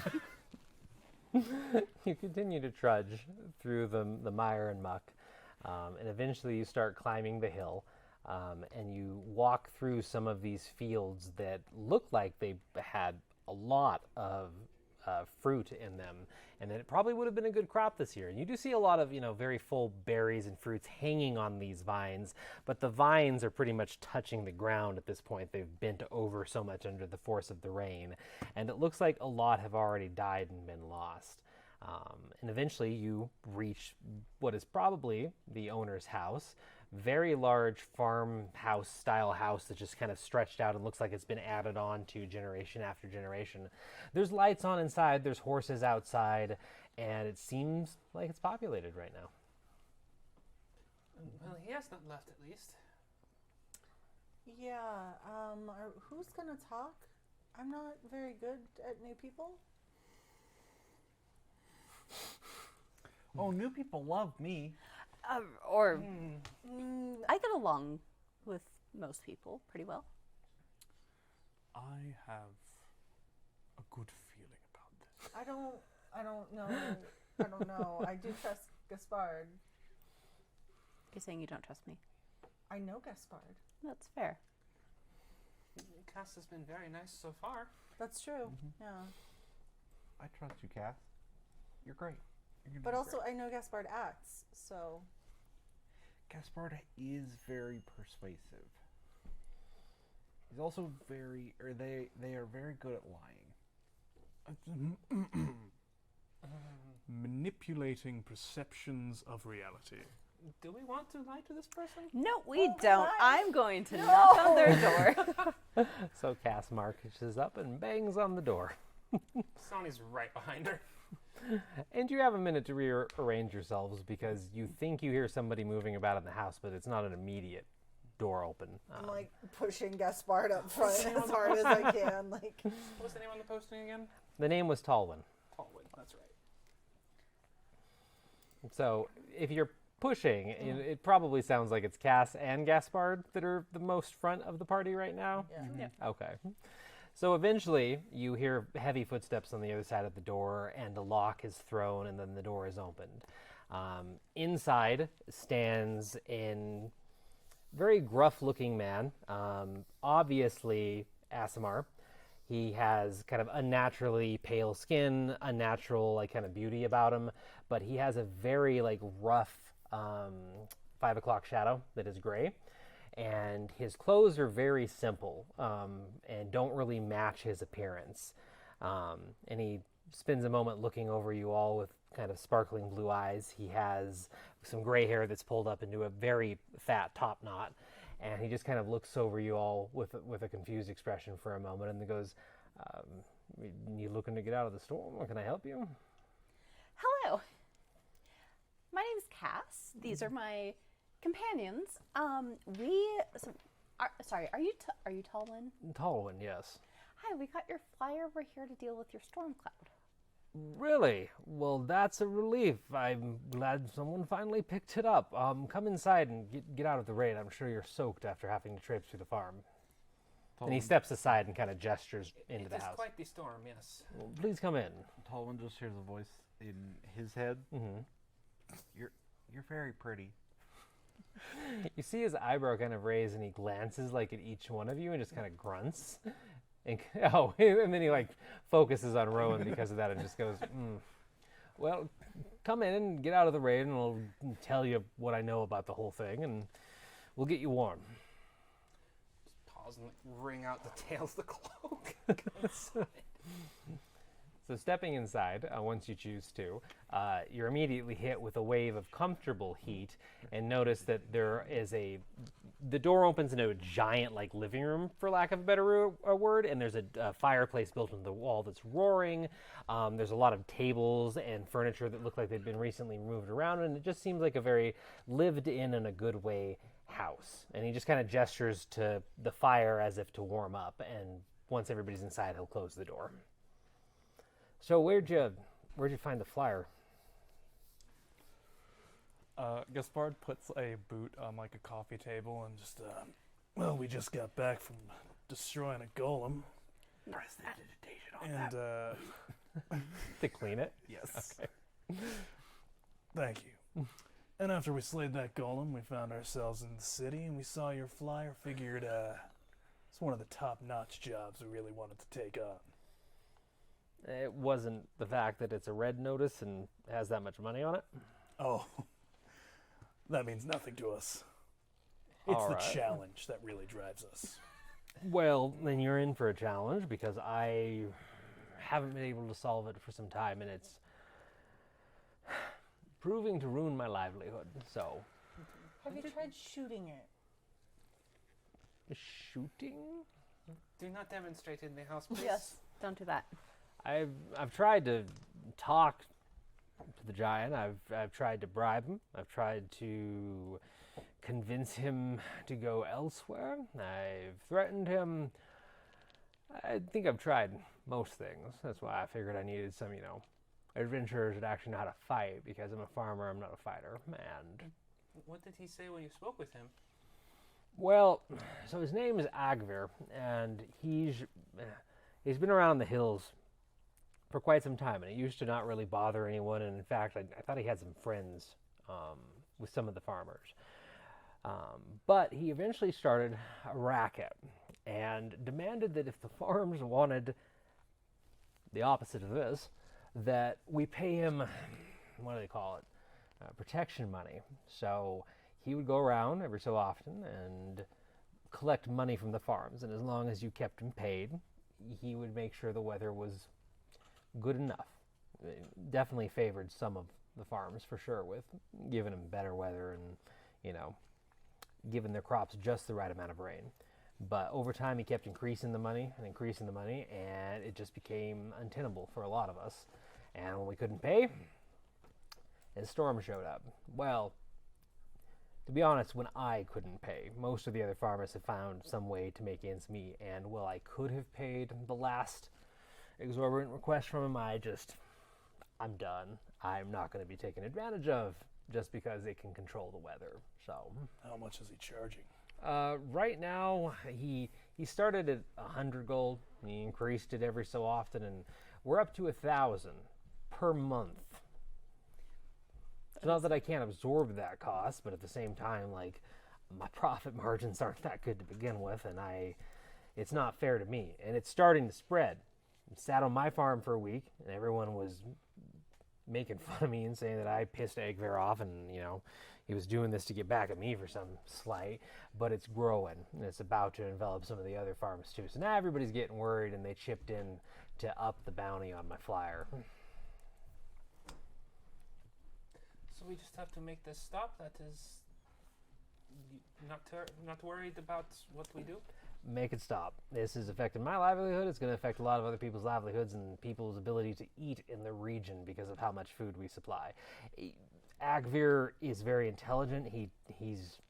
I used to have a good conversation or two with him when he showed up, but I don't know why he's doing it. And he was incredibly rude when I talked to him and has caused this. So I don't care what you do. That's adventurer business, not farmer business. So as long as the rain stops, I think we'd all be really happy. And if the rain stops, we'll certify you, we'll pay you. Really appreciate it. Holding the entire region ransom. Despicable. The city does offer bonuses, right, for jobs well done? The city doesn't.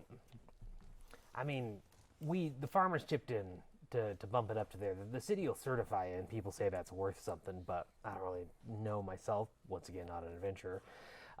But if you get it taken care of soon, maybe some of the other folks will chip in some more money, especially the ones that are in danger. It's about to go over a wheat field nearby, and it's going to destroy it with how much it's raining right now in a pretty quick amount of time. So if you're really angling for money, you might be able to get some more. Or, I mean, who knows what Eggver has, because if he's been doing this for the year and a half or so, I think it's all blended together, I think year and a half, who knows if he has some kind of a hoard or something like that.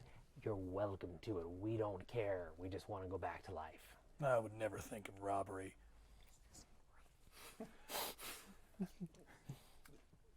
Where do you usually meet this giant? Well, Eggver usually comes to the farms, is the thing, but when a couple of us were getting really mad about it and wanted to go talk to him, we did seek him out, and if you, 1 second, and he rustles around on the table and quickly finds a piece of parchment and quill and just starts to kind of sketch a very crude map. Pretty much if you go up the hill that this field is built on and crest the hill, and you keep going for a little bit into the forest, you're going to find a series of caves, and that's where we met him, up there. It's a big guy, hard to miss, about 16, 20 feet tall, something like that.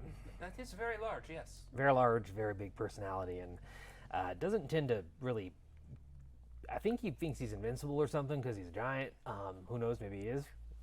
But we found him because of the smoke from his camp pouring out one of the caves, and it was a giant fire, and he was roasting an entire deer, I think. So I don't think he's really going to be too hard for you to find. It's not like he's going to be stealthy. How many entrances into this set of caves? Oh, I want to say like 3 that were noticeable to us because smoke was pouring out of one, and then there was the other 2, and one seemed like a dead end, and then we went in and found him. We were calling his name out the whole time too. It's like we were angry and wanting his attention. So, but oh no, I think I have an idea. What if we just block him in? Maybe we should see if there is a peaceful solution here. It sounds like this person is not very peaceful, but I mean, if you want to give him the drop, that's fine. I mean, I don't think he's peaceful, not with what he did here, and the fact that we gave him enough money over that time for him to go anywhere in the world to do anything he wanted to do, whatever giants want, but... Yeah, he slaughtered millions of plants. All right, Guys, are you okay? Your voice seems really raspy right now. Well, he gets like this sometimes. Some people with cold, too.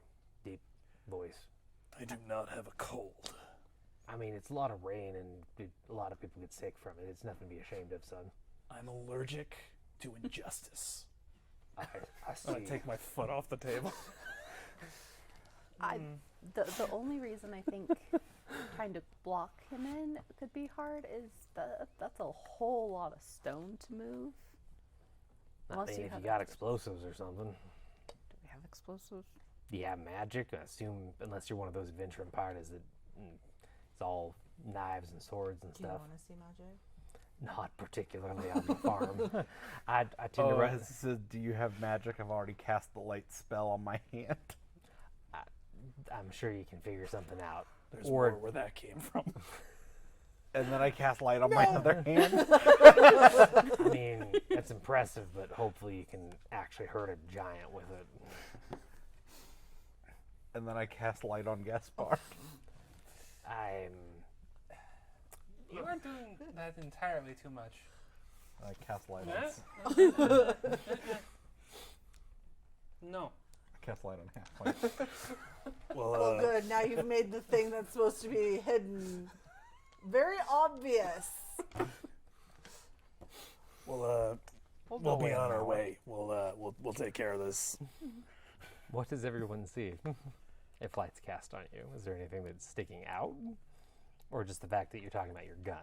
I'm just talking about how, as somebody who has a gun, I would probably be ranged, and now I am very obvious. Yes, you are glowing quite brightly, and he's just kind of squinting at all the light. Did you have any other questions about Agver or any of this? Do you know anything about like his hopes, dreams, desires? What motivates him besides money? I'm gonna say greed is the primary one, is what I picked up on. Greed and gluttony, considering every time I saw him, he was eating or drinking something, and he always managed to take a giant handful of whatever crop I was harvesting at the time. Or drinking, you say? Oh, we have a bag of food. Well, no, we also have some very tainted water back at the town square. Oh, I didn't take any of that. Oh, with we me. can go back and get some, I'm sure. I mean, that's a while. Only thing you need to worry about is Agnir's next to kin, because you're going to have to write a letter to them explaining that we got him and... You You're have good, lost you know. yourself. I think he might actually have like sickness or something. You might want to take him to a healer unless you have a healer with you. Sometimes people get really bad fevers and stuff, and It's Kinda probably feels that food Rowan made you eat. Yeah. I'm going to pretend to do like cure wounds or something on you. Just pretend to lay on hands. Yeah, just like yeah. I'm just gonna do that like awkward like slapping, but like no, stop. Anything else I can help you with? I think we can take things from here. But do you have a burlap sack? I have plenty. What did you need one for? I need a burlap sack. Yeah, 1 second. He turns around and he just walks over into one of the corners and rustles through what looks like a workbench, and he grabs a brand new looking burlap sack and just tosses it your way. Perfect, thank you. Yeah. Put it in my pack. Okay. Well, like I said, as soon as we see the storm go away, we're pretty much sure that you've taken care of it. So just head back here, and I'd be happy to certify you and get you your money from the farmers and send you on your way. So we'd really appreciate your help. And I'm not trying to rush you out, by the way. If you want to stay here and warm up by the fire, please do. I was just making dinner. I have some stew and drinks and stuff like that. So if you did want to stay, by all means. But yeah, front doors aren't going to be open. So I think we can stay for the stew, right? We can stay You for have the stew. plenty of we food. just Let's just ate. get this over with. You're very impressed, and I start walking away. he just kind of stands there and I'm so sorry about him. I just met him. the sickness. I Hey, think he fell on his head. the being in that much rain for that long, some people just really susceptible to it. Probably has a fever or something. Get him checked out. No, they're always like that. This is pretty normal. Well, I hope he can help you in combat. I don't know. I've only seen him on the plane. Well, shall we head up the mountain? I mean, or we could get some stew. No, we stew after. You have to survive for stew.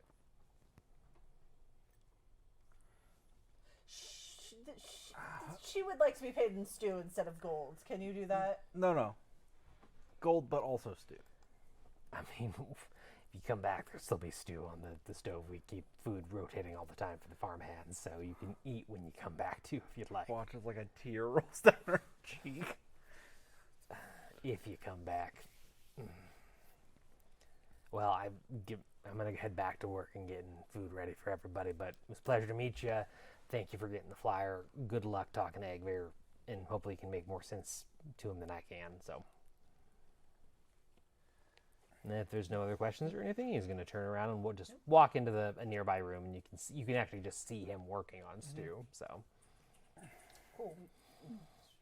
Let's go take a look. It seems like wherever the giant is staying is not in the storm. Yeah, I can't imagine that would be comfortable for the giant. It would make it difficult to cook. Yeah. Sounds like he likes to eat. So, general direction of the caves is. it was going to be up the hill that the house is built on. So pretty much just getting out of the house, going up the hill, and then into the forest up there. And then he said somewhere up there were those caves. So Okay. Yeah, I mean, I still think we should just trap the giant in the caves until it dies because it can't eat. But what if the giant digs its way out? how would it do that? It's not an earth giant. They're very strong. Maybe. I mean, it's also probably better for us to not get into combat with a giant. We don't have to just fight it either. We can talk to the giant. Oh, I do not trust any of you to talk to the giant, but okay. I did fine. I don't see this going well. Okay. No, it's gonna be great. Well, We're gonna- you're such a business person. Maybe you could negotiate. Oh no, I am not the talking part of the business. I am the making part of the business. And then I grab my gun and just hold it here. Did you make that? Yeah. Yeah, with Papa. Oh yes, he was very excited about all of the crates he brought to the village. Yes. This one is mine though. Yeah. Are there many like it? No. Yes, but this one is mine. And now, is that one for fighting or for fun? This for what? For fighting or for fun? All guns are for fighting. Okay. That doesn't. All right. Sonny's already starting up the hill. Yeah, Gaspard's been outside in the rain, just standing there, like cloak flowing in the wind and stuff. Are you all right? I generally have a lot more time to come up with characters, but I think that one went really well. I think we just have to talk to him. I mean, frankly, he sounds like a bully. Bullies, you tell him it's all about, you're hurting yourself more than he's probably a good guy at heart. I don't know. When we mediate in the village, we always hear from both sides, and we've only heard from this man. We do not know what the giant has to say. I like that, I yes. mean, what else could this giant be doing with this giant cloud? We don't know why the giant is doing this. So the man is saying it is money, but we don't know this. I think we should listen to Sonny. Sonny seems very wise. I think you just like how pretty Sonny is. I mean, who wouldn't? Take a step. All right. So is everybody outside heading up the hill then? Yep. Yeah. Okay. So as you start to climb, it's slow going for a little bit, just due to the slippery nature of the hill, the mud that's kind of been detaching and everything else like that. But you start to get more of a view of like the area that the cloud is hanging over, and you can see just how vast his farm is. It wasn't even obvious as you came up the road. And in the distance, you can pinpoint a lot of other farms as well, and you can see that the cloud is definitely over his farm and is starting to extend to the edges of the others. It's not like actively moving in a way that you can track, but it does look like it's grown over time from the picture he painted as you climb. And actually, small question since you brought it up. With how large his lands are, does it look like they're bigger or like kind of comparable in size to the neighboring farms we can see? Oh, with this view, he's got the biggest farm that you can see by far. Good to know that. All right, so you guys keep climbing, and we're gonna do a group DC. So if everybody can just roll a general athletics check for me, and then just feed me the numbers once you're done. We'll go from Joe around the table, and I'm going to do some quick math on that. Not good. 7. 13. 13. 2. 2. 11. 11. And Sonny? 3. Okay. And Takes you 6 days to get up the hill. yeah, it takes you 6 days. You become waterlogged. Rowan, could I get a con saving throw, please? Oh, yes. Oh no, why? Why do you want a constitution saving throw from me? I'm a delicate flower. That's a 10. A 10? Okay.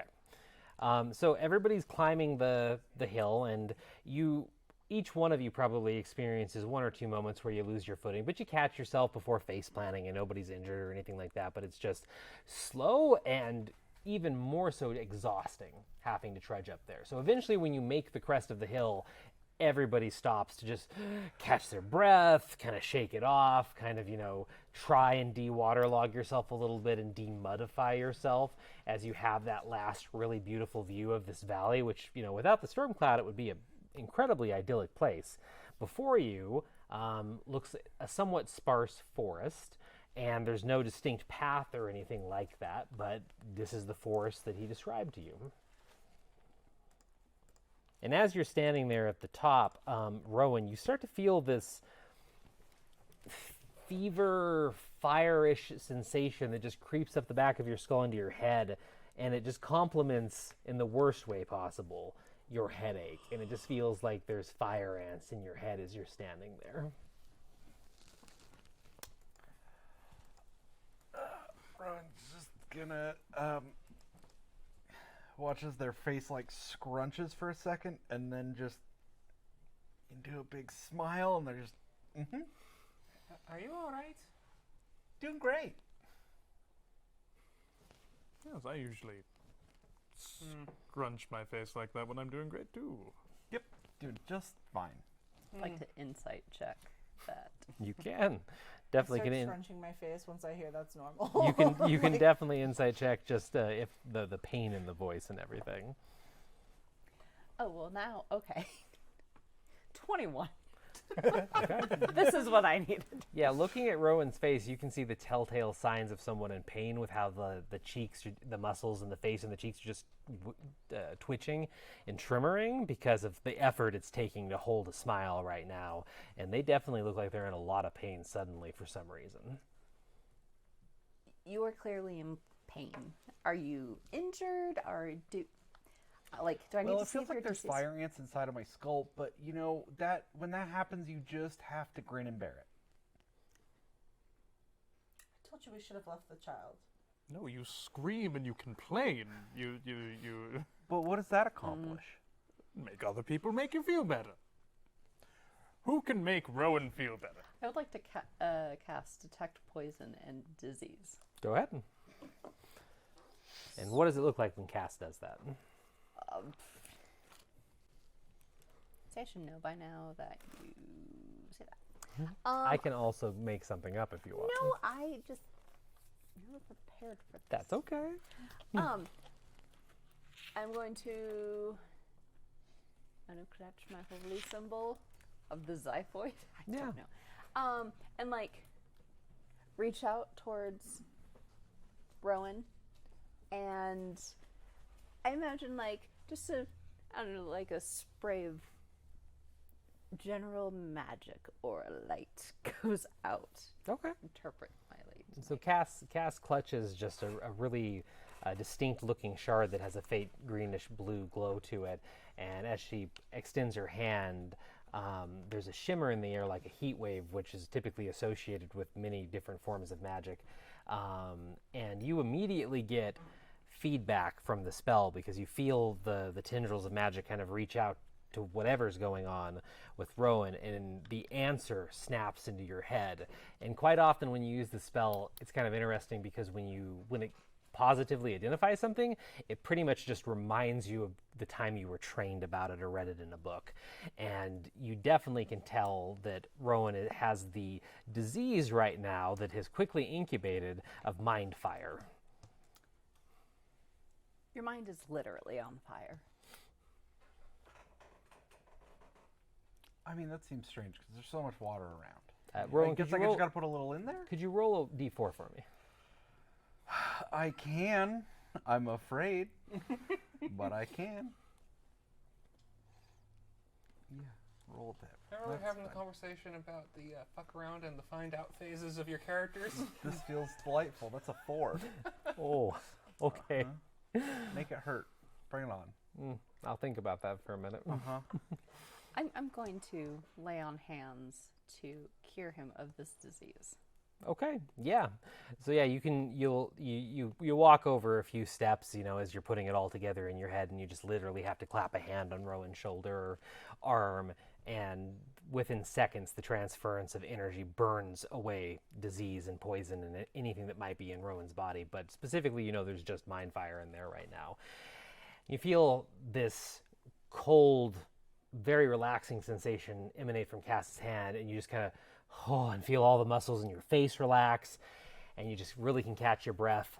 You also notice that your other headache is gone too for some reason, and you feel better, but like really drained, and just you kind of have that feeling in the back of your head, like, yeah, I need to take a nap, and I need just a good night's sleep kind of thing. Your int is -4 till your next long rest. Why have you done this to me? Oh, no. I'm so dumb. Were you not already so My dumb? intelligence was +4. Oh. Still +2 now, right? It's not the modifier. It's not the modifier; it's the raw int score. That's helpful. The raw int score goes down by 4 until your next long rest. That's fine. This is fine. It's fine, guys. Everything's fine. I suppose at least you feel better. Yeah, so is that a thing that you've had going on, or is this the first time, and did you walk through something? We're just very sleepy. I don't know. That was nice. First, I don't know. Is this the first time I've had this disease? Yeah, you've never felt anything like that, because it really felt like burning in your head, and it just was very uncomfortable. It was all of a headache, muscle cramps, everything just combined. Really unpleasant. Oh, it's like a fever and a migraine. Yes. Delightful. Spicy migraine. Spicy migraine. Yeah, spicy migraine. Mind fire is spicy migraine. Thank you to whoever wrote the original description for mind fire in the SRD. So Just leaning on Cass, just like half asleep. No, this is the first time. Okay, so there's something that has caused that. That is great. Fantastic. Maybe it's all the food that they ate off the tables that other people have been No. chowing down on. No. Doubt that. You don't think so? No. You can't get that from toast. I mean, I'm not like an epidemiologist, but it seems like you could get it from toast. No. yes, an epidemiologist. No, toast is good. It can't make you sick. I don't know what that word means. Sick? No, epidemiologist. Oh. Like studying epidemics. That's a big word. It is a big word. I used to know big words. Okay, we're gonna hold in there. Let's just go find a giant and have a lovely conversation. I don't know if we should while they're like that. It's gonna be They, great. they can rest. The caves are probably our best chance, to be honest. Everything's gonna be great. Maybe we don't listen to the child. They can rest, and we can have the conversation while they rest. All right, you guys gonna head into the forest? Do you just picking a random, like you're just trying to pretty much keep going straight? What kind of way are you judging where you're going? Going off the little map he drew for us, is there any indication of where in the forest we should kind of be aiming for? His map's pretty bad, but it looks like he meant for you to go up to the hill and then veer sharply to the right. And he has little wiggly lines as the trees, and then he drew just circles for the caves. So as far as you can tell, hang a right at the top. Hang a right. Okay, cool. Anybody using any magic or any abilities to try and track or locate things, or you're just pretty much just walking in the direction until you see something? I would like to see if I can see any giant footprints or something that would Yeah. remind me of a giant. Yeah. Go ahead and just do a. You could do a perception, or you could do a nature, but I'm assuming that survival. Oh no, my nature is much better. Okay, you can do nature. I am not wise. You can do nature. That'd be 19. 19? Yeah. So as you're walking along, you get this idea, and you're just like, I can look for food, and everything's so washed out. You kind of have a moment of just disappointment as you look down around the ground. But as you're walking, you do notice that a lot of the trees have recently been cut down, and they seem like they have just been dragged. And the reason that you can see that even with the water is the water has pooled more deeply near some of the bases into these long stretches of gashes that go for like 100 feet, and then it seems to stop, like the log was cut up or picked up or something like that. But it definitely seems like either there was a large operation up here or the giant has been doing it. I think we should follow these drag marks. I think they're I don't think the trees dragged themselves, so I think we should follow the drag marks. Looks like it's heading about the right direction. They're heading-ish the same direction. Yeah, they look like they curve a little bit more inwards, but they're still going towards the way that you had chosen. So, okay. Worth investigating. You continue walking along for about 20 minutes or so. The terrain doesn't change too much. You don't tend to see too many other things of note. The thunder definitely seems a little more often now, and you're also feeling much colder at the top of the hill. But you're all surviving, without any penalties or anything like that.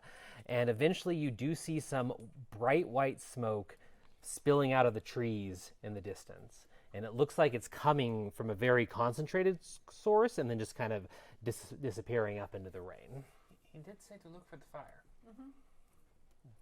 So it looks like it's probably like 1,000 feet away or something like that. The trees are a little thicker around here. You don't see caves or anything like that yet, but you do see the smoke. So What's the giant's name? It was Agnor. I start shouting out as loud as I possibly can. just start shouting his name. What name are you shouting out of all the ones that they just said? Agnar. I think it was Agthir. Yeah. Nope, I I'm just shouting didn't have the Agnar. exact right spelling for it. So. Agamemnon? Agnar. Okay, so you're yelling out Agnar, and you guys are just continuing in the direction of the smoke? Yep. I don't Okay. know if it was quite the name. No? What was it? I wrote it down, but I honestly can't. Agnar. It was Agvir. Yeah, I agree. Yeah. Yeah. Okay. Yeah. Whoops. You can shout Agnar. I continue shouting Agnar. It's Agvir. If you're taking notes. Yeah, I tried to wonderful take a things guess that at it. It's like, that's not. I'm not quite seeing this. Oh, is what yeah, it you sounds can- I heard. Yeah, you can always ask for sure. I'm never going to hide information like that or anything. So you continue walking and closing the distance with Half Pint yelling this version of his name. And as you break through the trees, you do see just mounds. They're not hills or anything like that, but they are large pieces of the earth that are sticking out. And it doesn't look, it could have been used as a burial site. It could be a natural formation, but you do notice that these start to appear as you get closer. And eventually you see the source of the smoke. And it's a rather large one of these that does have an opening on one side, but on the other side, right next to it, there looks to be a log house kind of built over the entrance to it. And there's a bunch of tools out in front of it. There's some giant sawhorses. There's chunks of trees strewn about.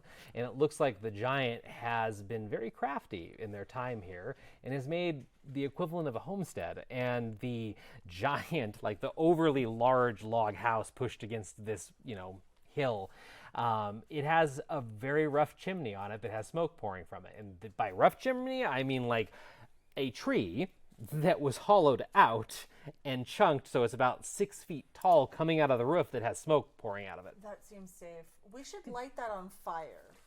Maybe we should have a conversation first, but keep that in mind. And you do hear kind of heavy footsteps nearby, especially because of the name shouting. And moments later, a giant rounds the corner near the house in your line of sight. Probably about 11 feet tall, brownish skin, definitely not a cloud giant based on the tales that you've heard, wearing, looking like hand-stitched clothing that is, soaked in rain and stuff like that. Looks on the younger side, possibly, just from the features, and has a pair of spectacles made of hand-twisted wire that's just sitting on their face as they come around and kind of put a hand on the wall of the house, and they look in your direction. And the giant's just like staring next by their house. Hello, are you Agvir? They just kind of nod, seeming like they seem very guarded, but you have a clear vision, like a clear sight of them, and they seem like they're just in plain clothes and they don't have a weapon or anything like that. But there is that kind of sense of, am I in danger kind of thing. Hello, my name is Sonny Loma. I'm traveling through this area, and someone was concerned about the storm and said we could speak to you about it. Are you with the farmer? We found a flyer from him, but we wanted to talk. Are you here to fight or not? I am here to use my words. I appreciate that. I just want to understand what happened. I only arrived in this town yesterday. I look at Gaspard. Now, do I shoot now? No. He just slowly glances over everybody. It's like he's feeling out the situation. Anybody with any sort of connection to magic, just make an Arcana check for me really quick, please. I'm looking for a 14 or above. 17. 19. Damn. 18. 16. Oh wow, there's those rolls that we've been waiting for all night. I got an 8. Fitting for I the mean, current you're moment. kind of a Yeah. little inebriated right Yeah, now. fitting for the current moment. Just out of it. So everyone that is connected to the arcane, except our poor injured party right now, as you're just at this sort of standoff in the rain, when you're connected to the arcane, it's always that connection is always kind of running in the back of your head, and a lot of time you forget about it, and a lot of times it's obvious, like in the middle of a battle. But right now, you all get a tickle in the back of your head and in the corner of your vision, and you kind of glance around the property where all these tools are, and you see the very faint quiver in reality where magic is stored, and it looks like there are defensive wards all over this place. Just defensive. You're not, at least you don't pick up with the cursory glance anything offensive, but it looks like there's a lot going on here to protect from intruders. All right. I start sensing this, like, especially towards Gaspard, who doesn't seem to be doing the magical stuff very much. Mm-hmm. And maybe we should stay here for a moment. Is it okay if we come closer? Are you going to try and kill me? I am not. Can you keep that, please? Let us talk. It's on my back. He just You okay with this? I think we're all calm, and I think that we all of us need to just have a moment. I cast calm emotions on everybody, Mr. including Giant. Half-Pint. Mr. Giant, why are you so cranky? because a lot of people have tried to come up here and kill me, and I just don't trust anyone. I mean, that's fair. Is it because of the cloud? They wanted to kill me before that. Well, that's not very nice. It's not very nice, no. And as long as you don't try that, you can come talk to me about whatever you want to talk about. I just don't want to hear about that farmer if I can help it. And you see him reach a hand up, and he just kind of slides his oversized thumb over his fingers, and there's a bright spark of magic, and all the defensive magic that you kind of felt before drops, and the entire scene changes before your eyes as there was a massive major illusion spell apparently in play, and once it drops, there's a giant house there. Like, it's not just a little shack shoved against the hill. It is a house that is built by hand with these giant trees, and it's probably been there a while. And after the illusion kind of fades away, he just kind of grunts and pulls the spectacles off his face and wipes at them fruitfully, and then puts them back on, and they're immediately covered in rain. And he just gestures towards you all, and he says, "Come in." Thank you very much for inviting us into your home. And I think that's where we will end it until next week. So, manage to find Egvir and possible interesting conversations to be had. So thank you for joining us on the second episode, kind of the first episode, but the second episode of the Prismatic Dragonfly Tavern. And we will be back next week Sunday, 7 p.m. PST, and we'll pick up from here and see if our intrepid adventurers can talk to Eggbear, fight Eggbear, poison Eggbear, manipulate Shoot Eggbear, Eggbear. shoot Eggbear. I'm sorry, I think I mean Agnar. Yes, Agnar. To see if they can help out Talwyn and the nearby farmers. So, all right. Well, thank you for joining us again. I look forward to going back and looking over Twitch chat and everything. And if you joined us since the beginning or you're a new viewer, we're happy to have you. And please check out Mythical Family through all the different links here on our Twitch page for our different projects and things that we're cooking up in the future. We're more than just D&D, but D&D is something that we're very happy about. But yeah, have a good night. We'll see you next week. Bye.